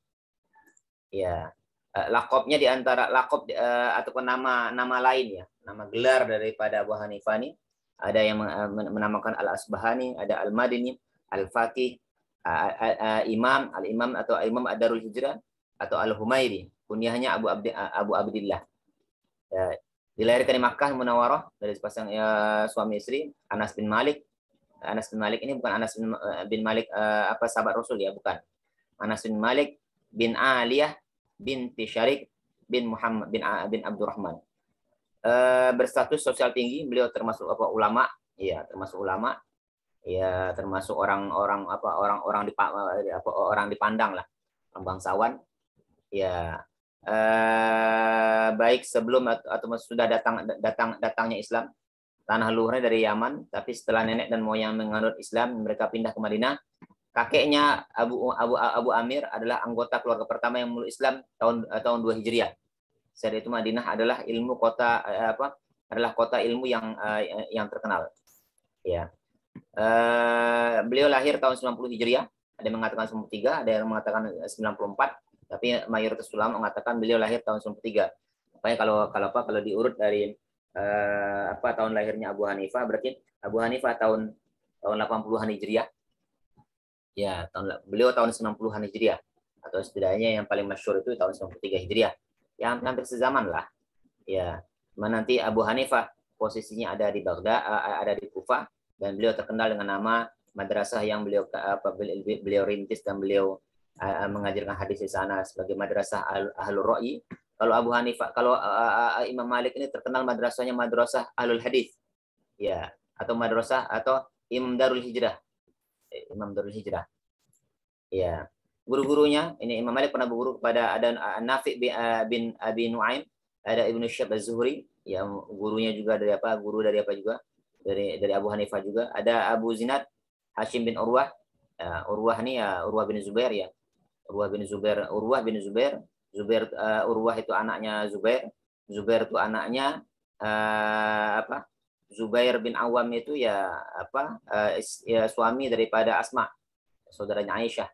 Ya, berarti Hashim ini termasuk dari cicitnya, ya, cucu daripada Zubair bin Awam. Ya, Yahya bin Sa'id Al-Ansari, ada Muhammad bin Munkadir. Dan guru-guru yang lain yang apa yang banyak lagi apa yang lain daripada guru-gurunya apa Imam Malik. Ya. Imam Malik memiliki banyak guru, bahkan disebut beliau memiliki 900 guru. Di antara guru-guru ada ini tadi sudah saya sampaikan tadi ya. Ya. Kemudian murid-muridnya ya 4 khalifah mulai dari Al-Mansur, Al-Mahdi, Hadil Harun dan Al-Ma'mun pernah menjadi muridnya Imam Malik. Ulama besar Abu Hanifah dan Imam Syafi'i pernah menimba ilmu daripada Imam Malik. Tentunya kenapa Abu Hanifah belajar ataupun pernah mendengarkan kajiannya Imam Malik ya. Imam Malik terkenal sebagai imam madrasah ahlul hadis. Ya, hadis banyak berkembang dan banyak tersebar di Madinah. Tentunya Abu Hanifah sebagai orang yang tidak terlalu banyak mendapatkan hadis-hadis sahih, beliau mempunyai kepentingan untuk apa? Untuk mendengarkan kajian beliau ketika mengunjungi Makkah dan Madinah, atau ketika umroh mungkin, atau ketika berangkat haji. Ya, adapun sebaliknya saya tidak mendapatkan riwayat menjelaskan tentang Imam Malik pernah belajar kepada Abu Hanifah. Tapi muridnya Imam Abu Hanifah, muridnya Imam Malik, ya Imam Syafi'i, itu nanti akan banyak belajar kepada muridnya Abu Hanifah. Ya, salah satunya Hasan Asy-Syaibani. Ya, makanya Imam Syafi'i itu termasuk murid tidak langsung daripada Abu Hanifah. Ya, makanya mazhab yang dibangun oleh Abu Hanifah itu perpaduan antara mazhab gurunya Imam Malik dan mazhab guru tidak langsungnya Abu Hanifah. Ya, Abu Hanifah tadi saya sampaikan punya murid namanya yang terkenal Hasan Asy-Syaibani dan Qadhi Abu Yusuf. Ya, Qadhi Abu Yusuf. Abu Hanifah ini termasuk orang kaya ya. Beliau ini sering sekali memberikan beasiswa kepada pemuda-pemuda yang cerdas-cerdas. Ya, salah satunya yang 2 orang itu termasuk Yusuf ya, Qadhi Abu Yusuf. Ya, Qadhil Qudot ya, yaitu Abu Yusuf. Qadhil Qudot itu ya hakim daripada seluruh hakim. Ya, hakimnya para hakim. Ya, hakimnya para hakim. Ya. Belum lagi ilmuwan-ilmuwan yang lain. Menurut sejarah disebutkan ya, murid terkenal daripada Imam Malik itu ada setidaknya 1.300 orang ya. 1.300 orang murid beliau.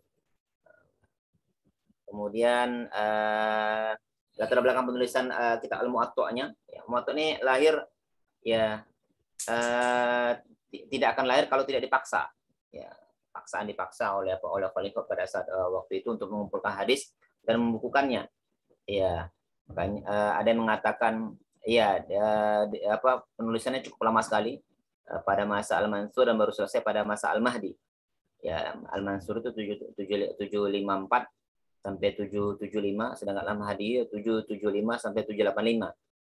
Ya, itu berapa tahun itu? Dari itu 754 sampai 785 itu ya sekitaran 30-an tahun lah mungkin. Tapi nggak sampai ya. Nggak sampai 40 tahun sebagaimana yang disampaikan pembakalah tadi. Nggak sampai 40 tahun mungkin. Ya. 40 tahun itu masanya Imam Malik ngajarkan apa? Ngajarin Al-Muwatta. Imam Malik itu ngajarin Al-Muwatta itu bukan sekali 2 kali. 40 tahun. Makanya nanti ketika Imam Malik sudah wafat, akan banyak riwayat Al-Muwatta itu. Jadi Al-Muwatta itu bukan hanya satu versi saja. Kenapa? Karena pada masa itu orang belajar itu ya dengan cara nulis. Ya, nulis ulang apa yang disampaikan Imam Malik nanti akan dicatat oleh para murid-muridnya. Nanti akan kita lihat bahwa banyak kitab-kitab Al-Muwatta itu berbagai macam versi. Ada yang diriwayatkan oleh Hasan Asy-Syaibani, ada yang diriwayatkan oleh Al-Baqi, ada yang diriwayatkan oleh Imam Syafi'i sendiri. Jadi banyak ya periwayatan itu. Dan pola-pola hadisnya ataupun jumlah-jumlah hadisnya itu beragam. Tapi yang asli ditulis oleh Imam Malik, ya asli yang ditulis Imam Malik itu hanya sekitar 1000 sampai 1900 hadis atau sampai 2000-an hadis lah. Ya enggak banyak aslinya. Ya. Semula kitab ini umur 10.000 hadis. Ya, namun lewat penelitian ulang, ya Imam Malik hanya memasukkan 1.700-an ya, yang 1.700-an. Kitab ini telah diterjemahkan ke dalam beberapa bahasa dengan 16 edisi yang berbeda. Imam Malik juga menyusun kitab-kitab kitab Al-Mudawwanah Al-Kubra yang berisi fatwa-fatwa dan lain sebagainya. Kemudian para ulama berbeda pendapat terkait dengan jumlah hadis yang terdapat al-muwatta. Ada yang mengatakan 100.000, ada yang mengatakan 10.000. Itu tadi apa? Ada yang apa? Menurut Abu Bakar al-Abhari, muwatta itu hanya menghimpun sekitar 1.726 hadis. Ya, ini ya. Jadi tidak begitu banyak hadis-hadis apa di dalamnya. Mengenai penamaan sendiri berasal dari Imam Malik sendiri. Hanya saja ulama berpendapat tentang mengapa disebut al-muwatta. Ya, ada yang mengatakan bahwa beliau setelah menuliskan kitab al-muwatta-nya, kitabnya tersebut belum beliau kasih nama. Kemudian beliau sosialisasikan dan sodorkan kalimat tersebut pada di hadapan 70 ulama fikih Madinah, dan mereka menyepakatinya. Kemudian setelah disepakatin itu, karena disepakatin maka dinamakan, dikasihkan nama kitabnya dengan al-muwatta. Apa arti al-muwatta? Yang disepakatin. Ya. Nanti banyak muwatta yang lain ya, karena banyak ulama yang iri pada Imam Malik ini, sehingga banyak yang ingin menyaingin ataupun ingin juga tenar seperti Imam Malik. Makanya mereka juga menulis muwatta yang lain. Tapi ala kulli hal ya qadarullah, dari sekian banyak al-muwatta itu ya semuanya tidak sebarokah muwattanya Imam Malik ya. Makanya nulis buku itu rupanya tidak hanya didasarkan atas kepakaran seseorang saja. Ada namanya unsur keikhlasan di sana. Unsur keikhlasan, unsur lillahi ta'ala di sana, bahwa Malik motivasi Imam Malik ini ketika menuliskan kitab al-muwatta-nya dengan ulama lain ketika menuliskan al-muwatta sangat berbeda sekali. Ya, kedua penamaan al-muwatta tersebut adalah karena kitab tersebut memudahkan khalayak umat Islam dalam memilih dan menjaga pegangan hidup dalam beraktivitas dalam beragama, karena pembahasannya ringan-ringan dan gampang bahasanya. Ketiga, pendapat yang menyatakan bahwa penamaan al-muwatta karena kitab al-muwatta merupakan perbaikan terhadap fikih-fikih sebelumnya. Ya, jadi ada beberapa versi kenapa dinamakan al-muwatta. Pertama, karena dia disepakatin oleh 70 ulama fikih Madinah. Yang kedua, mengatakan ada juga pendapat yang mengatakan karena kitabnya memudahkan khalayak umat Islam untuk memilih dan menjadikan pegangan hidup dalam beraktivitas dan beragama. Kemudian pendapat yang ketiga mengatakan bahwa al-muwatta itu dikatakan al-muwatta sebagai perbaikan terhadap fikih-fikih sebelumnya. Ya, ini ya kitab beliau yang lain Imam Malik tidak hanya meninggalkan warisan buku, ia juga mewariskan mazhab fikih di kalangan ulama di kalangan Muslim Sunni yang disebut dengan mazhabnya Maliki. Ya, nanti akan tumbuh muncul kitab-kitab dalam mazhab Syafi'i. Ada yang namanya Al-Mudawwanatul Kubra, ada Bidayah Al-Mujtahid fi wa Nihayatul Muqtasid karya Ibnu Rushd, ada Mata Ar-Risalah, ya. Ada Al-Madarik Asyarah Asl Al-Madarik Asyarah Asl Madarik Syarah Al-Irsyad Al-Irsyad Al-Masalik fil Fiqh Imam Malik dan sebagainya. Ada Al-Bughliyah Al-Bulghah As-Salik lil Aqrab Al-Masalik dan sebagainya. Di antara apa? Ya. Bila kita lihat tadi ada teman-teman yang bertanya tentang persebaran mazhab ya.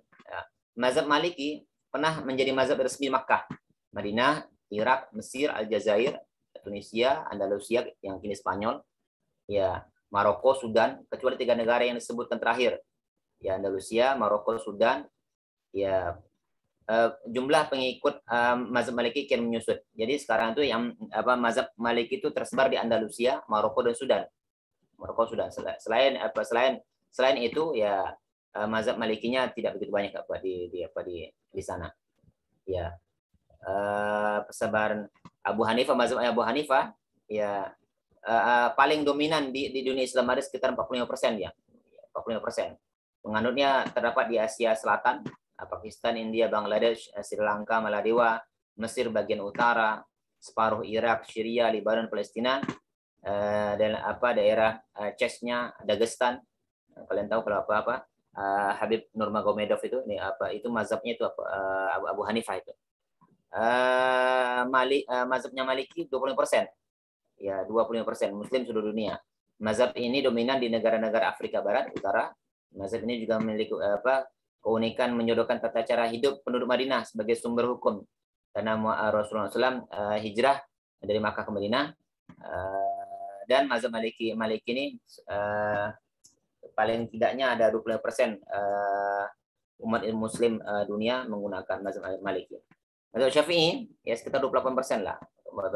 Ya, maka yang paling banyak mazhab yang paling dominan penggunanya, pengikutnya di dunia ini mazhab Abu Hanifah. Ya, Syafi'i 28%. Di antaranya ya di Indonesia, Asia Tenggara itu. Indonesia, Turki, Irak, Syria, Iran, Mesir, Somalia, Yaman, Thailand, Kamboja, Vietnam, Singapura, Filipina, Sri Lanka, dan menjadi mazhab resmi di daerah Malaysia dan Brunei. Adapun Hambali, ya mazhab yang dibangun oleh ya, para imamnya Ahmad bin Hambal, ya diikutinya 5% di seluruh dunia, di antaranya ya Saudi dan sebagainya. Gitu ya. Disebutkan bahwa kitab Al-Muwatta memiliki 11 atau 12 atau bahkan 13 jalur periwayatan ya. Ya, Malik mengajarkannya selama 40 tahun dari itu yang saya sampaikan tadi. Makanya pada masa mengajar tersebut kadang-kadang beliau menambahkan, kadang-kadang berkesempatan lain dikurangin, kadang-kadang beliau menyampaikan hanya ringkasannya saja, bahkan makanya murid-murid beliau nanti mendengarkan dan baca seputar apa saja yang mereka dengarkan. Karena pada saat itu kan belum ada buku cetakan. Ya, sehingga mereka mendengarkan apa yang mereka dengar, mereka catat. Oleh karena antara satu murid dengan murid lain berbeda periwayatan hadisnya. Ya, yang mereka dapatkan dari Imam Malik. Ya, ini di antara kitab-kitab sunan Muwatta Imam Malik. Maka Imam Malik 40 sanatan yaqra'ul Muwatta 'alan nas. Ya, 40 tahun membacakan kitab Muwatta di hadapan murid-muridnya. Fayazudu fihi wa yanqusu wa yuhaddid. Kadang beliau tambahkan, kadang beliau kurangkan, kadang beliau tahdzibkan. Fakana talamidu yasma'unahu minhu aw yaqra'unahu 'alaihi khilal dzalika. Ya, makanya dalam kurun waktu yang 40 tahun kan muridnya beragam dan berganti-ganti juga. Ya, kadang satu periode ini, satu angkatan ini mendengarkan secara utuh. Kadang ada yang dikurangi, periode berikutnya dikurangin. Makanya banyak nanti periwayatan yang berbeda antara satu dengan lain. Ada Muwatta Imam Malik riwayatnya Al-Laitsi. Ada Muwatta Imam Malik riwayatnya Abu Mus'ab Az-Zuhri. Ada yang diriwayatkan oleh Maslamah Al-Qanabi. Ada yang diriwayatkan oleh riwayatnya Hasan Asy-Syaibani dan sebagainya. Jadi banyak versi Muwatta'nya Imam Malik itu. Ini salah satu di antara sekian banyak Muwatta' yang disandarkan kepada Imam Malik ya. Dari riwayat Al-Laitsi, ada riwayat Hasan Asy-Syaibani, ada riwayatnya Imam Malik Imam Syafi'i. Ya. Sistematika pembahasannya ada sekitar kalau yang diriwayatkan dari Fuad Abdul Baqi terdiri dari 2 juz, 61 kitab dan 182 hadis, 1824 hadis. Jadi berbeda-beda ya. Ya, dimulai dari waktu sholat, kemudian bersuci, kemudian sholat, kemudian bab tentang lupa, bab tentang sholat Jumat dan sebagainya. Nanti bisa dibaca lah bagi kitabnya. Ya, ini sistematika penulisannya di jilid 2. Nah, ini. Ya. Bentar. Ya, makanya bila kita lihat salah satu contoh kitabnya, kitab Muwatta ini yang diriwayatkan oleh Al-Qanabi. Ya, yang diriwayatkan oleh Muwatta'nya riwayat Al-Qanabi. Kita lihat di sini. Ya. Hadis pertamanya kita akan lihat hadis yang tentang mawaqidus shalah. Ya, nama waktu sholat ya. Sebentar kita lihat di atasnya. Ya. Ya, benar. Tentang mawaqidus sholat. Waktu sholat. Kalau dalam riwayat Al-Qanabi, pembahasan pertama tentang waktu sholat. Kalau riwayatnya Yahya bin Yahya Al-Laitsi Al-Andalusi, ya, hadis yang pertama yang disampaikan dalam kitab Al-Muwatta riwayat Al-Laitsi ini, kita lihat di sini.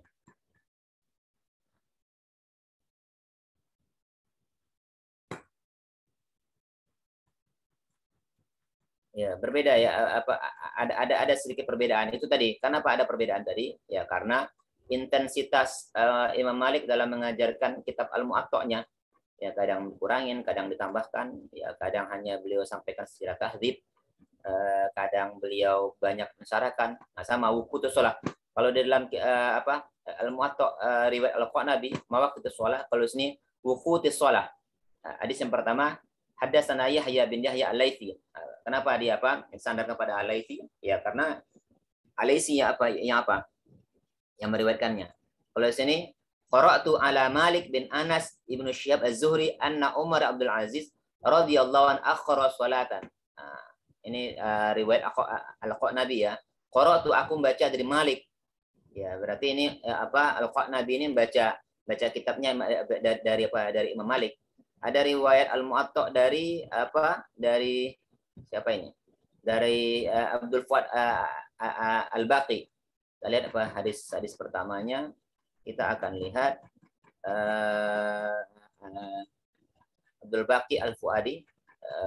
Beliau akan menuliskan hadis pertamanya tentang, kita lihat dulu sini. Nah, ini Al-Muwatta'nya. Ya, kita wuqutus shalah. Ada Sanawi Yahya ya sama dari Al-Laitsi juga. An Anas an Ibnu Syihab Az-Zuhri anna Umar Abdul Aziz akhara salat yauman, hampir sama. Begitu juga dalam riwayat Hasan Asy-Syaibani. Ini kitab hadisnya, kitab Muwatta'nya. Jadi Muwatta' itu banyak periwayatnya, tidak seperti kitabnya kitabnya Sahih Bukhari. Sahih Bukhari itu memang sengaja dari awal sudah ditulis oleh Imam Bukhari. Kalau kitab lain berbeda dengan kitabnya kitab Al-Muwatta' ini, nanti akan berkembang pada perkembangannya, nanti akan ditulis ulang ataupun nanti itu berdasarkan hasil catatan para murid-muridnya atau ashabul Malik ketika mereka berinteraksi dengan Imam Malik. Ya, qala Muhammad bin Hasan, ini periwayatan Ahmad bin Hasan. Akhbarana Malik an Yazid bin Ziyad maula li Bani Hashim Abdurrahman an Abdullah bin Rafi maula Ummu Salamah zauj Nabi SAW. Sama tentang wuqutus shalah juga. Tapi periwayat berbeda. Anna sa'alu an wuqutus shalah. Qala Abu Hurairah ana ukhbiruka shalli zuhra idza kana dhallat mithluka wal 'asr idza kana dhulluka mithlaika wal maghribu idza gharabat asy-syamsi. Salat zuhur apabila idza dhullika mithlaka, apabila bayanganmu itu sudah setinggimu, bayanganmu itu di atasmu, ya tidak ada bayangan sama sekali ataupun lewat sedikit bayangannya. Asar ya seperti bayanganmu setinggi dirimu. Wal maghribu idza gharabatisy syams, dan waktu maghrib ketika ketika terbenamnya matahari. Sedangkan di riwayat yang disampaikan oleh siapa tadi? Al-Laitsi tadi ya, bukan Al-Bulaqi tadi. Ya, hadis yang disampaikan di sini bukan seperti itu. Yang disampaikan di sini, dakhala alai Abu Mas'ud Al-Ansari faqala ya ma hadha ya Mughirah alaysa qad alimta anna Jibril nazala fa shalla Rasulullah sallallahu alaihi wasallam thumma shalla fa shalla Rasulullah sallallahu thumma shalla fa shalla Rasulullah thumma shalla fa shalla Rasulullah thumma shalla fa faqala thumma qala bihadzal umirtu faqala Umar bin Aziz i'lam ma tuhadditsu bi ya Urwah wa inna Jibril huwa alladhi aqama li Rasulullah sallallahu alaihi wasallam waqta shalah. Qala Urwah kadzalika qad kana Bashir bin Abi Mas'ud Al-Ansari yuhditsu. Nanti oleh ulama nanti akan dijelaskan apa yang maksudnya, apa yang dimaksud oleh Mughirah bin Syu'bah ini tentang apa? Tsumma shalla fa shalla ini. Jibril turun, kemudian Jibril sholat pada waktu itu, dan Rasul juga ikut sholat. Hadisnya menjelaskan bahwa Jibril langsung yang mengajari Rasulullah SAW tentang waktu sholat. Ketika masuk waktu subuh, Jibril turun dan Jibril sholat, dan Rasul juga sholat, dan diajarkan kepada Rasulullah SAW waktu zuhur itu ya dari dari waktu ini sampai waktu ini. Ya, Jibril sholat, ya Rasul juga sholat. Kemudian di lain waktu Jibril turun lagi ketika mengajarkan waktu sholat asar. Jibril sholat, ya Rasul ikutan sholat. Jadi di bab pertama yang terkait dengan pembahasan hadis-hadis dalam kitab Al-Muwatta ini, para sahabatnya ataupun berbagai macam riwayat, ini ada 4 riwayat apa yang saya tampilkan di sini, hampir sama hadisnya, cuman berbeda dalam hal siapa perawinya. Kalau yang diriwayatkan oleh siapa? Diriwayatkan oleh yang diriwayatkan oleh Al-Qanabi, ya itu langsung pada Imam Malik. Diriwayatkan Yahya Al-Laitsi, ya itu yang apa yang beliau dapatkan dari Yahya bin Laitsi dari Malik bin Anas dan lain sebagainya. Itu perkenalan kita terkait dengan Muwatta'nya Imam Malik. Ya, perbedaan yang kitab-kitab yang sebelumnya kita bahas itu hanya satu versi mungkin. Tapi kalau Muwatta' Imam Malik itu setidaknya ada 14, yang terkenal itu 14 jalur periwayatan dari kitabnya Muwatta' Imam Malik, di samping ya kitab yang ditulis oleh tangan, kitab aslinya yang ditulis oleh Imam Malik sendiri. Baik, sampai di sini ada yang mau ditanyakan? Sudah cukup ya. Bapak. Ya. Sebetulnya saya ada 3 pertanyaan sih, Pak. Silakan. Satu pertanyaan lagi, silakan. Kan tadi itu ditampilkan ya Pak, bahwasannya tadinya di Muwatta Imam Malik itu ada 10.000 hadis, kemudian jadi 1.700-an ya Pak. Itu alasannya kenapa sih Pak? Kemudian sama dengan apa yang dilakukan oleh Imam Bukhari. Imam Bukhari itu kan hafal hadis sahih itu sekitar 100.000 hadis. Yang tidak sahih itu ya sekitar 200.000 hadis. Ya, di samping periwayatan lain, dan beliau sarikan dari seluruh hadis yang beliau hafal tersebut, yang beliau anggap sahih, ya, yang beliau anggap sahih dan yang beliau anggap tidak ada kecacatan di dalamnya, ya sekitar 8.000 hadis saja. Hampir samalah dengan apa yang dilakukan oleh Imam Malik dalam Muwatta'nya. Beliau hanya memasukkan kitab hadis-hadisnya. Sama kemarin ketika kita membahas tentang Sunan kemarin? Sunan Al-Baihaqi, ya, Sunan Kubro sama Sunan As-Sugro hampir sama lah, sama seperti itu. Diminta Sunan ketika menuliskan Imam Al-Baihaqi menuliskan sebuah kitab namanya Sunan Al-Kubro, kemudian nanti beliau diminta untuk membuatkan hadis-hadis yang sahih saja, ya beliau sarikan. Ya, sama dengan kasus yang Imam Malik juga. Ya, ada yang mengatakan pertama awalnya dalam kitab Al-Muwatta' itu ada 10.000 hadis, kemudian beliau sarikan lagi dan diteliti lagi mana hadis-hadis yang mempunyai jalur sanad yang sahih, ya nanti akan beliau kumpulkan dan beliau sempurnakan dan beliau berkesimpulan, ya 100.800 sekian hadis inilah yang beliau yang nanti ketika disodorkan kepada para ulama Makkah, ya ulama Madinah, mereka menyepakati ya kitab hadisnya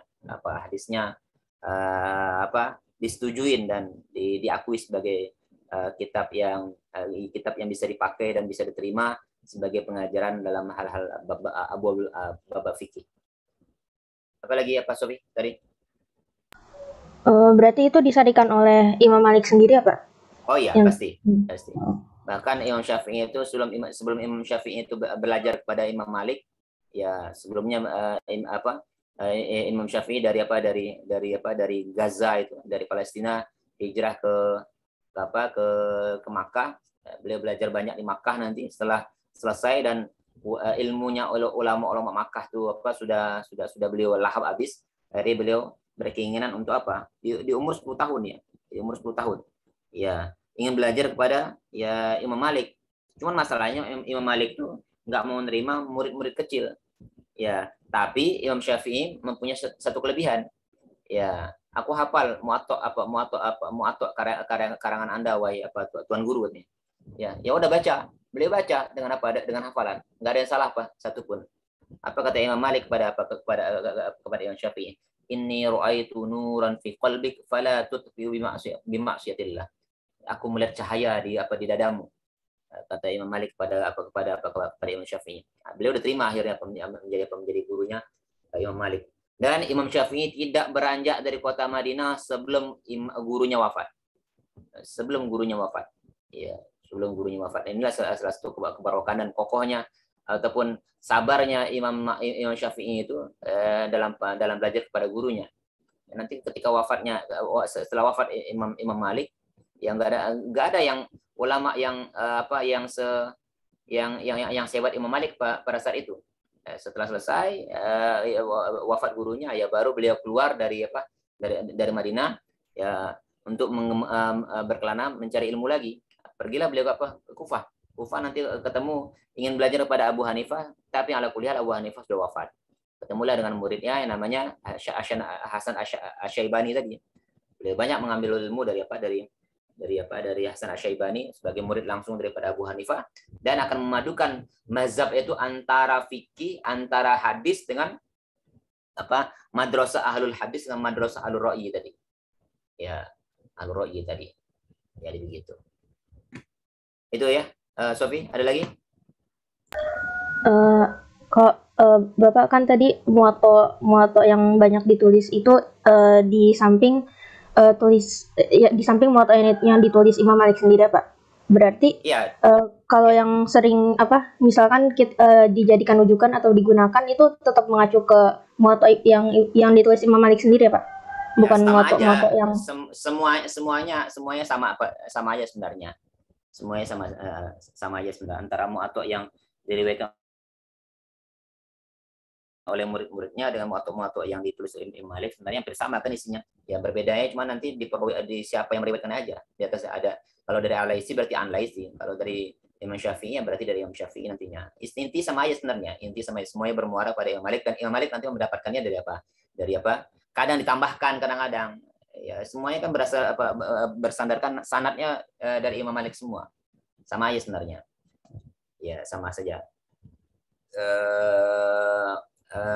Makanya nanti ketika meneliti, andai kata berkesempatan kalian atau berkeinginan meneliti muwatta Imam Malik, riwayat siapa dulu? Riwayat siapa dulu? Misalnya riwayat Al-Laisi ya. Riwayat Al-Laisi memiliki keistimewaannya, apa kelebihan, apa kekurangannya, bisa dilihat nanti sana dengan muwatta yang ditulis tangan langsung oleh Imam Malik nanti. Tapi kalau lihat di samping muwatta yang ditulis sendiri yang ada di tangannya Imam Malik, ya ada muwatta yang lain yang diriwayatkan dari hasil pembelajaran murid-murid nanti. Kan belajar pada masa itu kan tidak seperti masa sekarang. Kita bisa bebas beli buku dan sebagainya. Pada masa itu ya ada yang mau dengarkan hadis, mereka nulis.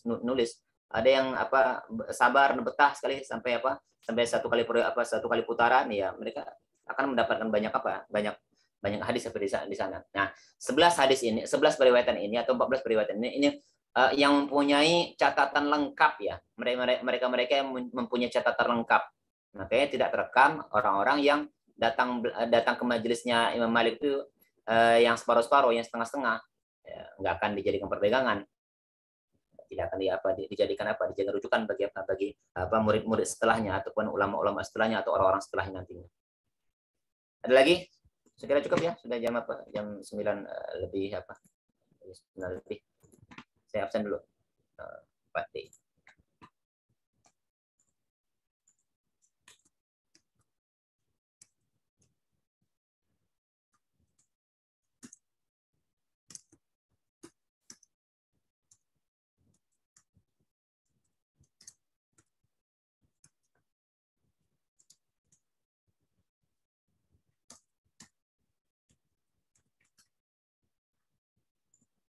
Abu Hanifah duluan ya, jangan Imam Malik, karena lebih senioran Abu Hanifah ya, walaupun Abu Hanifah pernah belajar pada Imam Malik nantinya.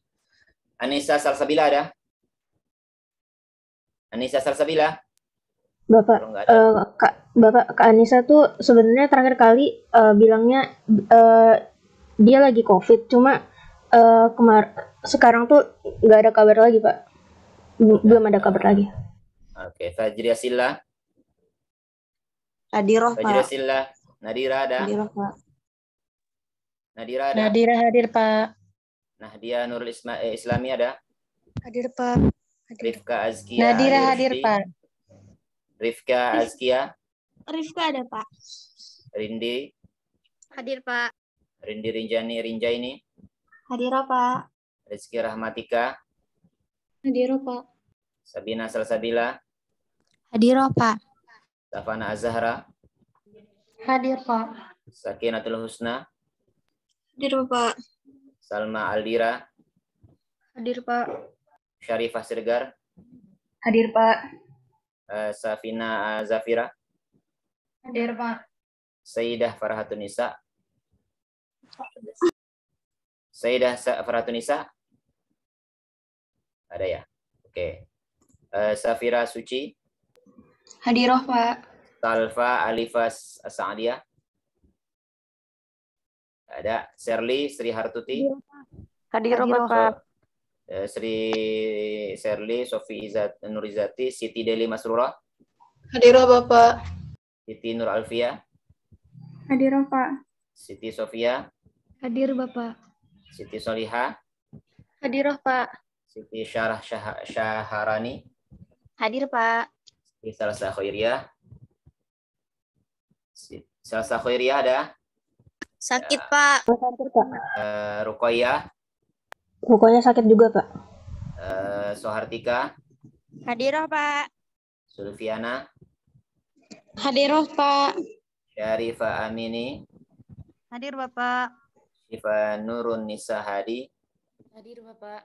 Tanzil Hadir, Bapak. Silmi Puji Utami. Tazkiyatun Hadir. Nufus. Tengku Bapak. Miftahul Jannah. Tengku Miftahul Jannah. Tiara Rizkia. Hadir, Pak. Tiwi Alawiyah. Hadir, Pak. Tri Nur Cahyani Sari Tanjung. Hadir, Pak. Yas. Hadir, Pak. Ukhti Lutfia. Hadir, Umnia Nisrina. Hadir. Wafa Fauzia. Hadir, Pak. Salma Kamila. Ada Salma Kamila Putri. Hadir, Pak. Ulya ada. Siapa yang belum saya panggil atau yang tidak saya terlewatkan? Salva Saya, ada. Pak. Ada. Tadi kendala Siapa di... Siapa lagi? Nggak ada. Hadir 39 orang. Yang tidak hadir ada absen 3 orang, sakit 2 orang. Oke, itu saja yang dapat kita bahas. Semoga bermanfaat dan semoga dapat banyak pengetahuan dari Imam Malik dan Abu Hanifah pada pagi hari ini. Itu saja. Tutup alhamdulillah. Alhamdulillah. Tolong diperbaiki makalahnya.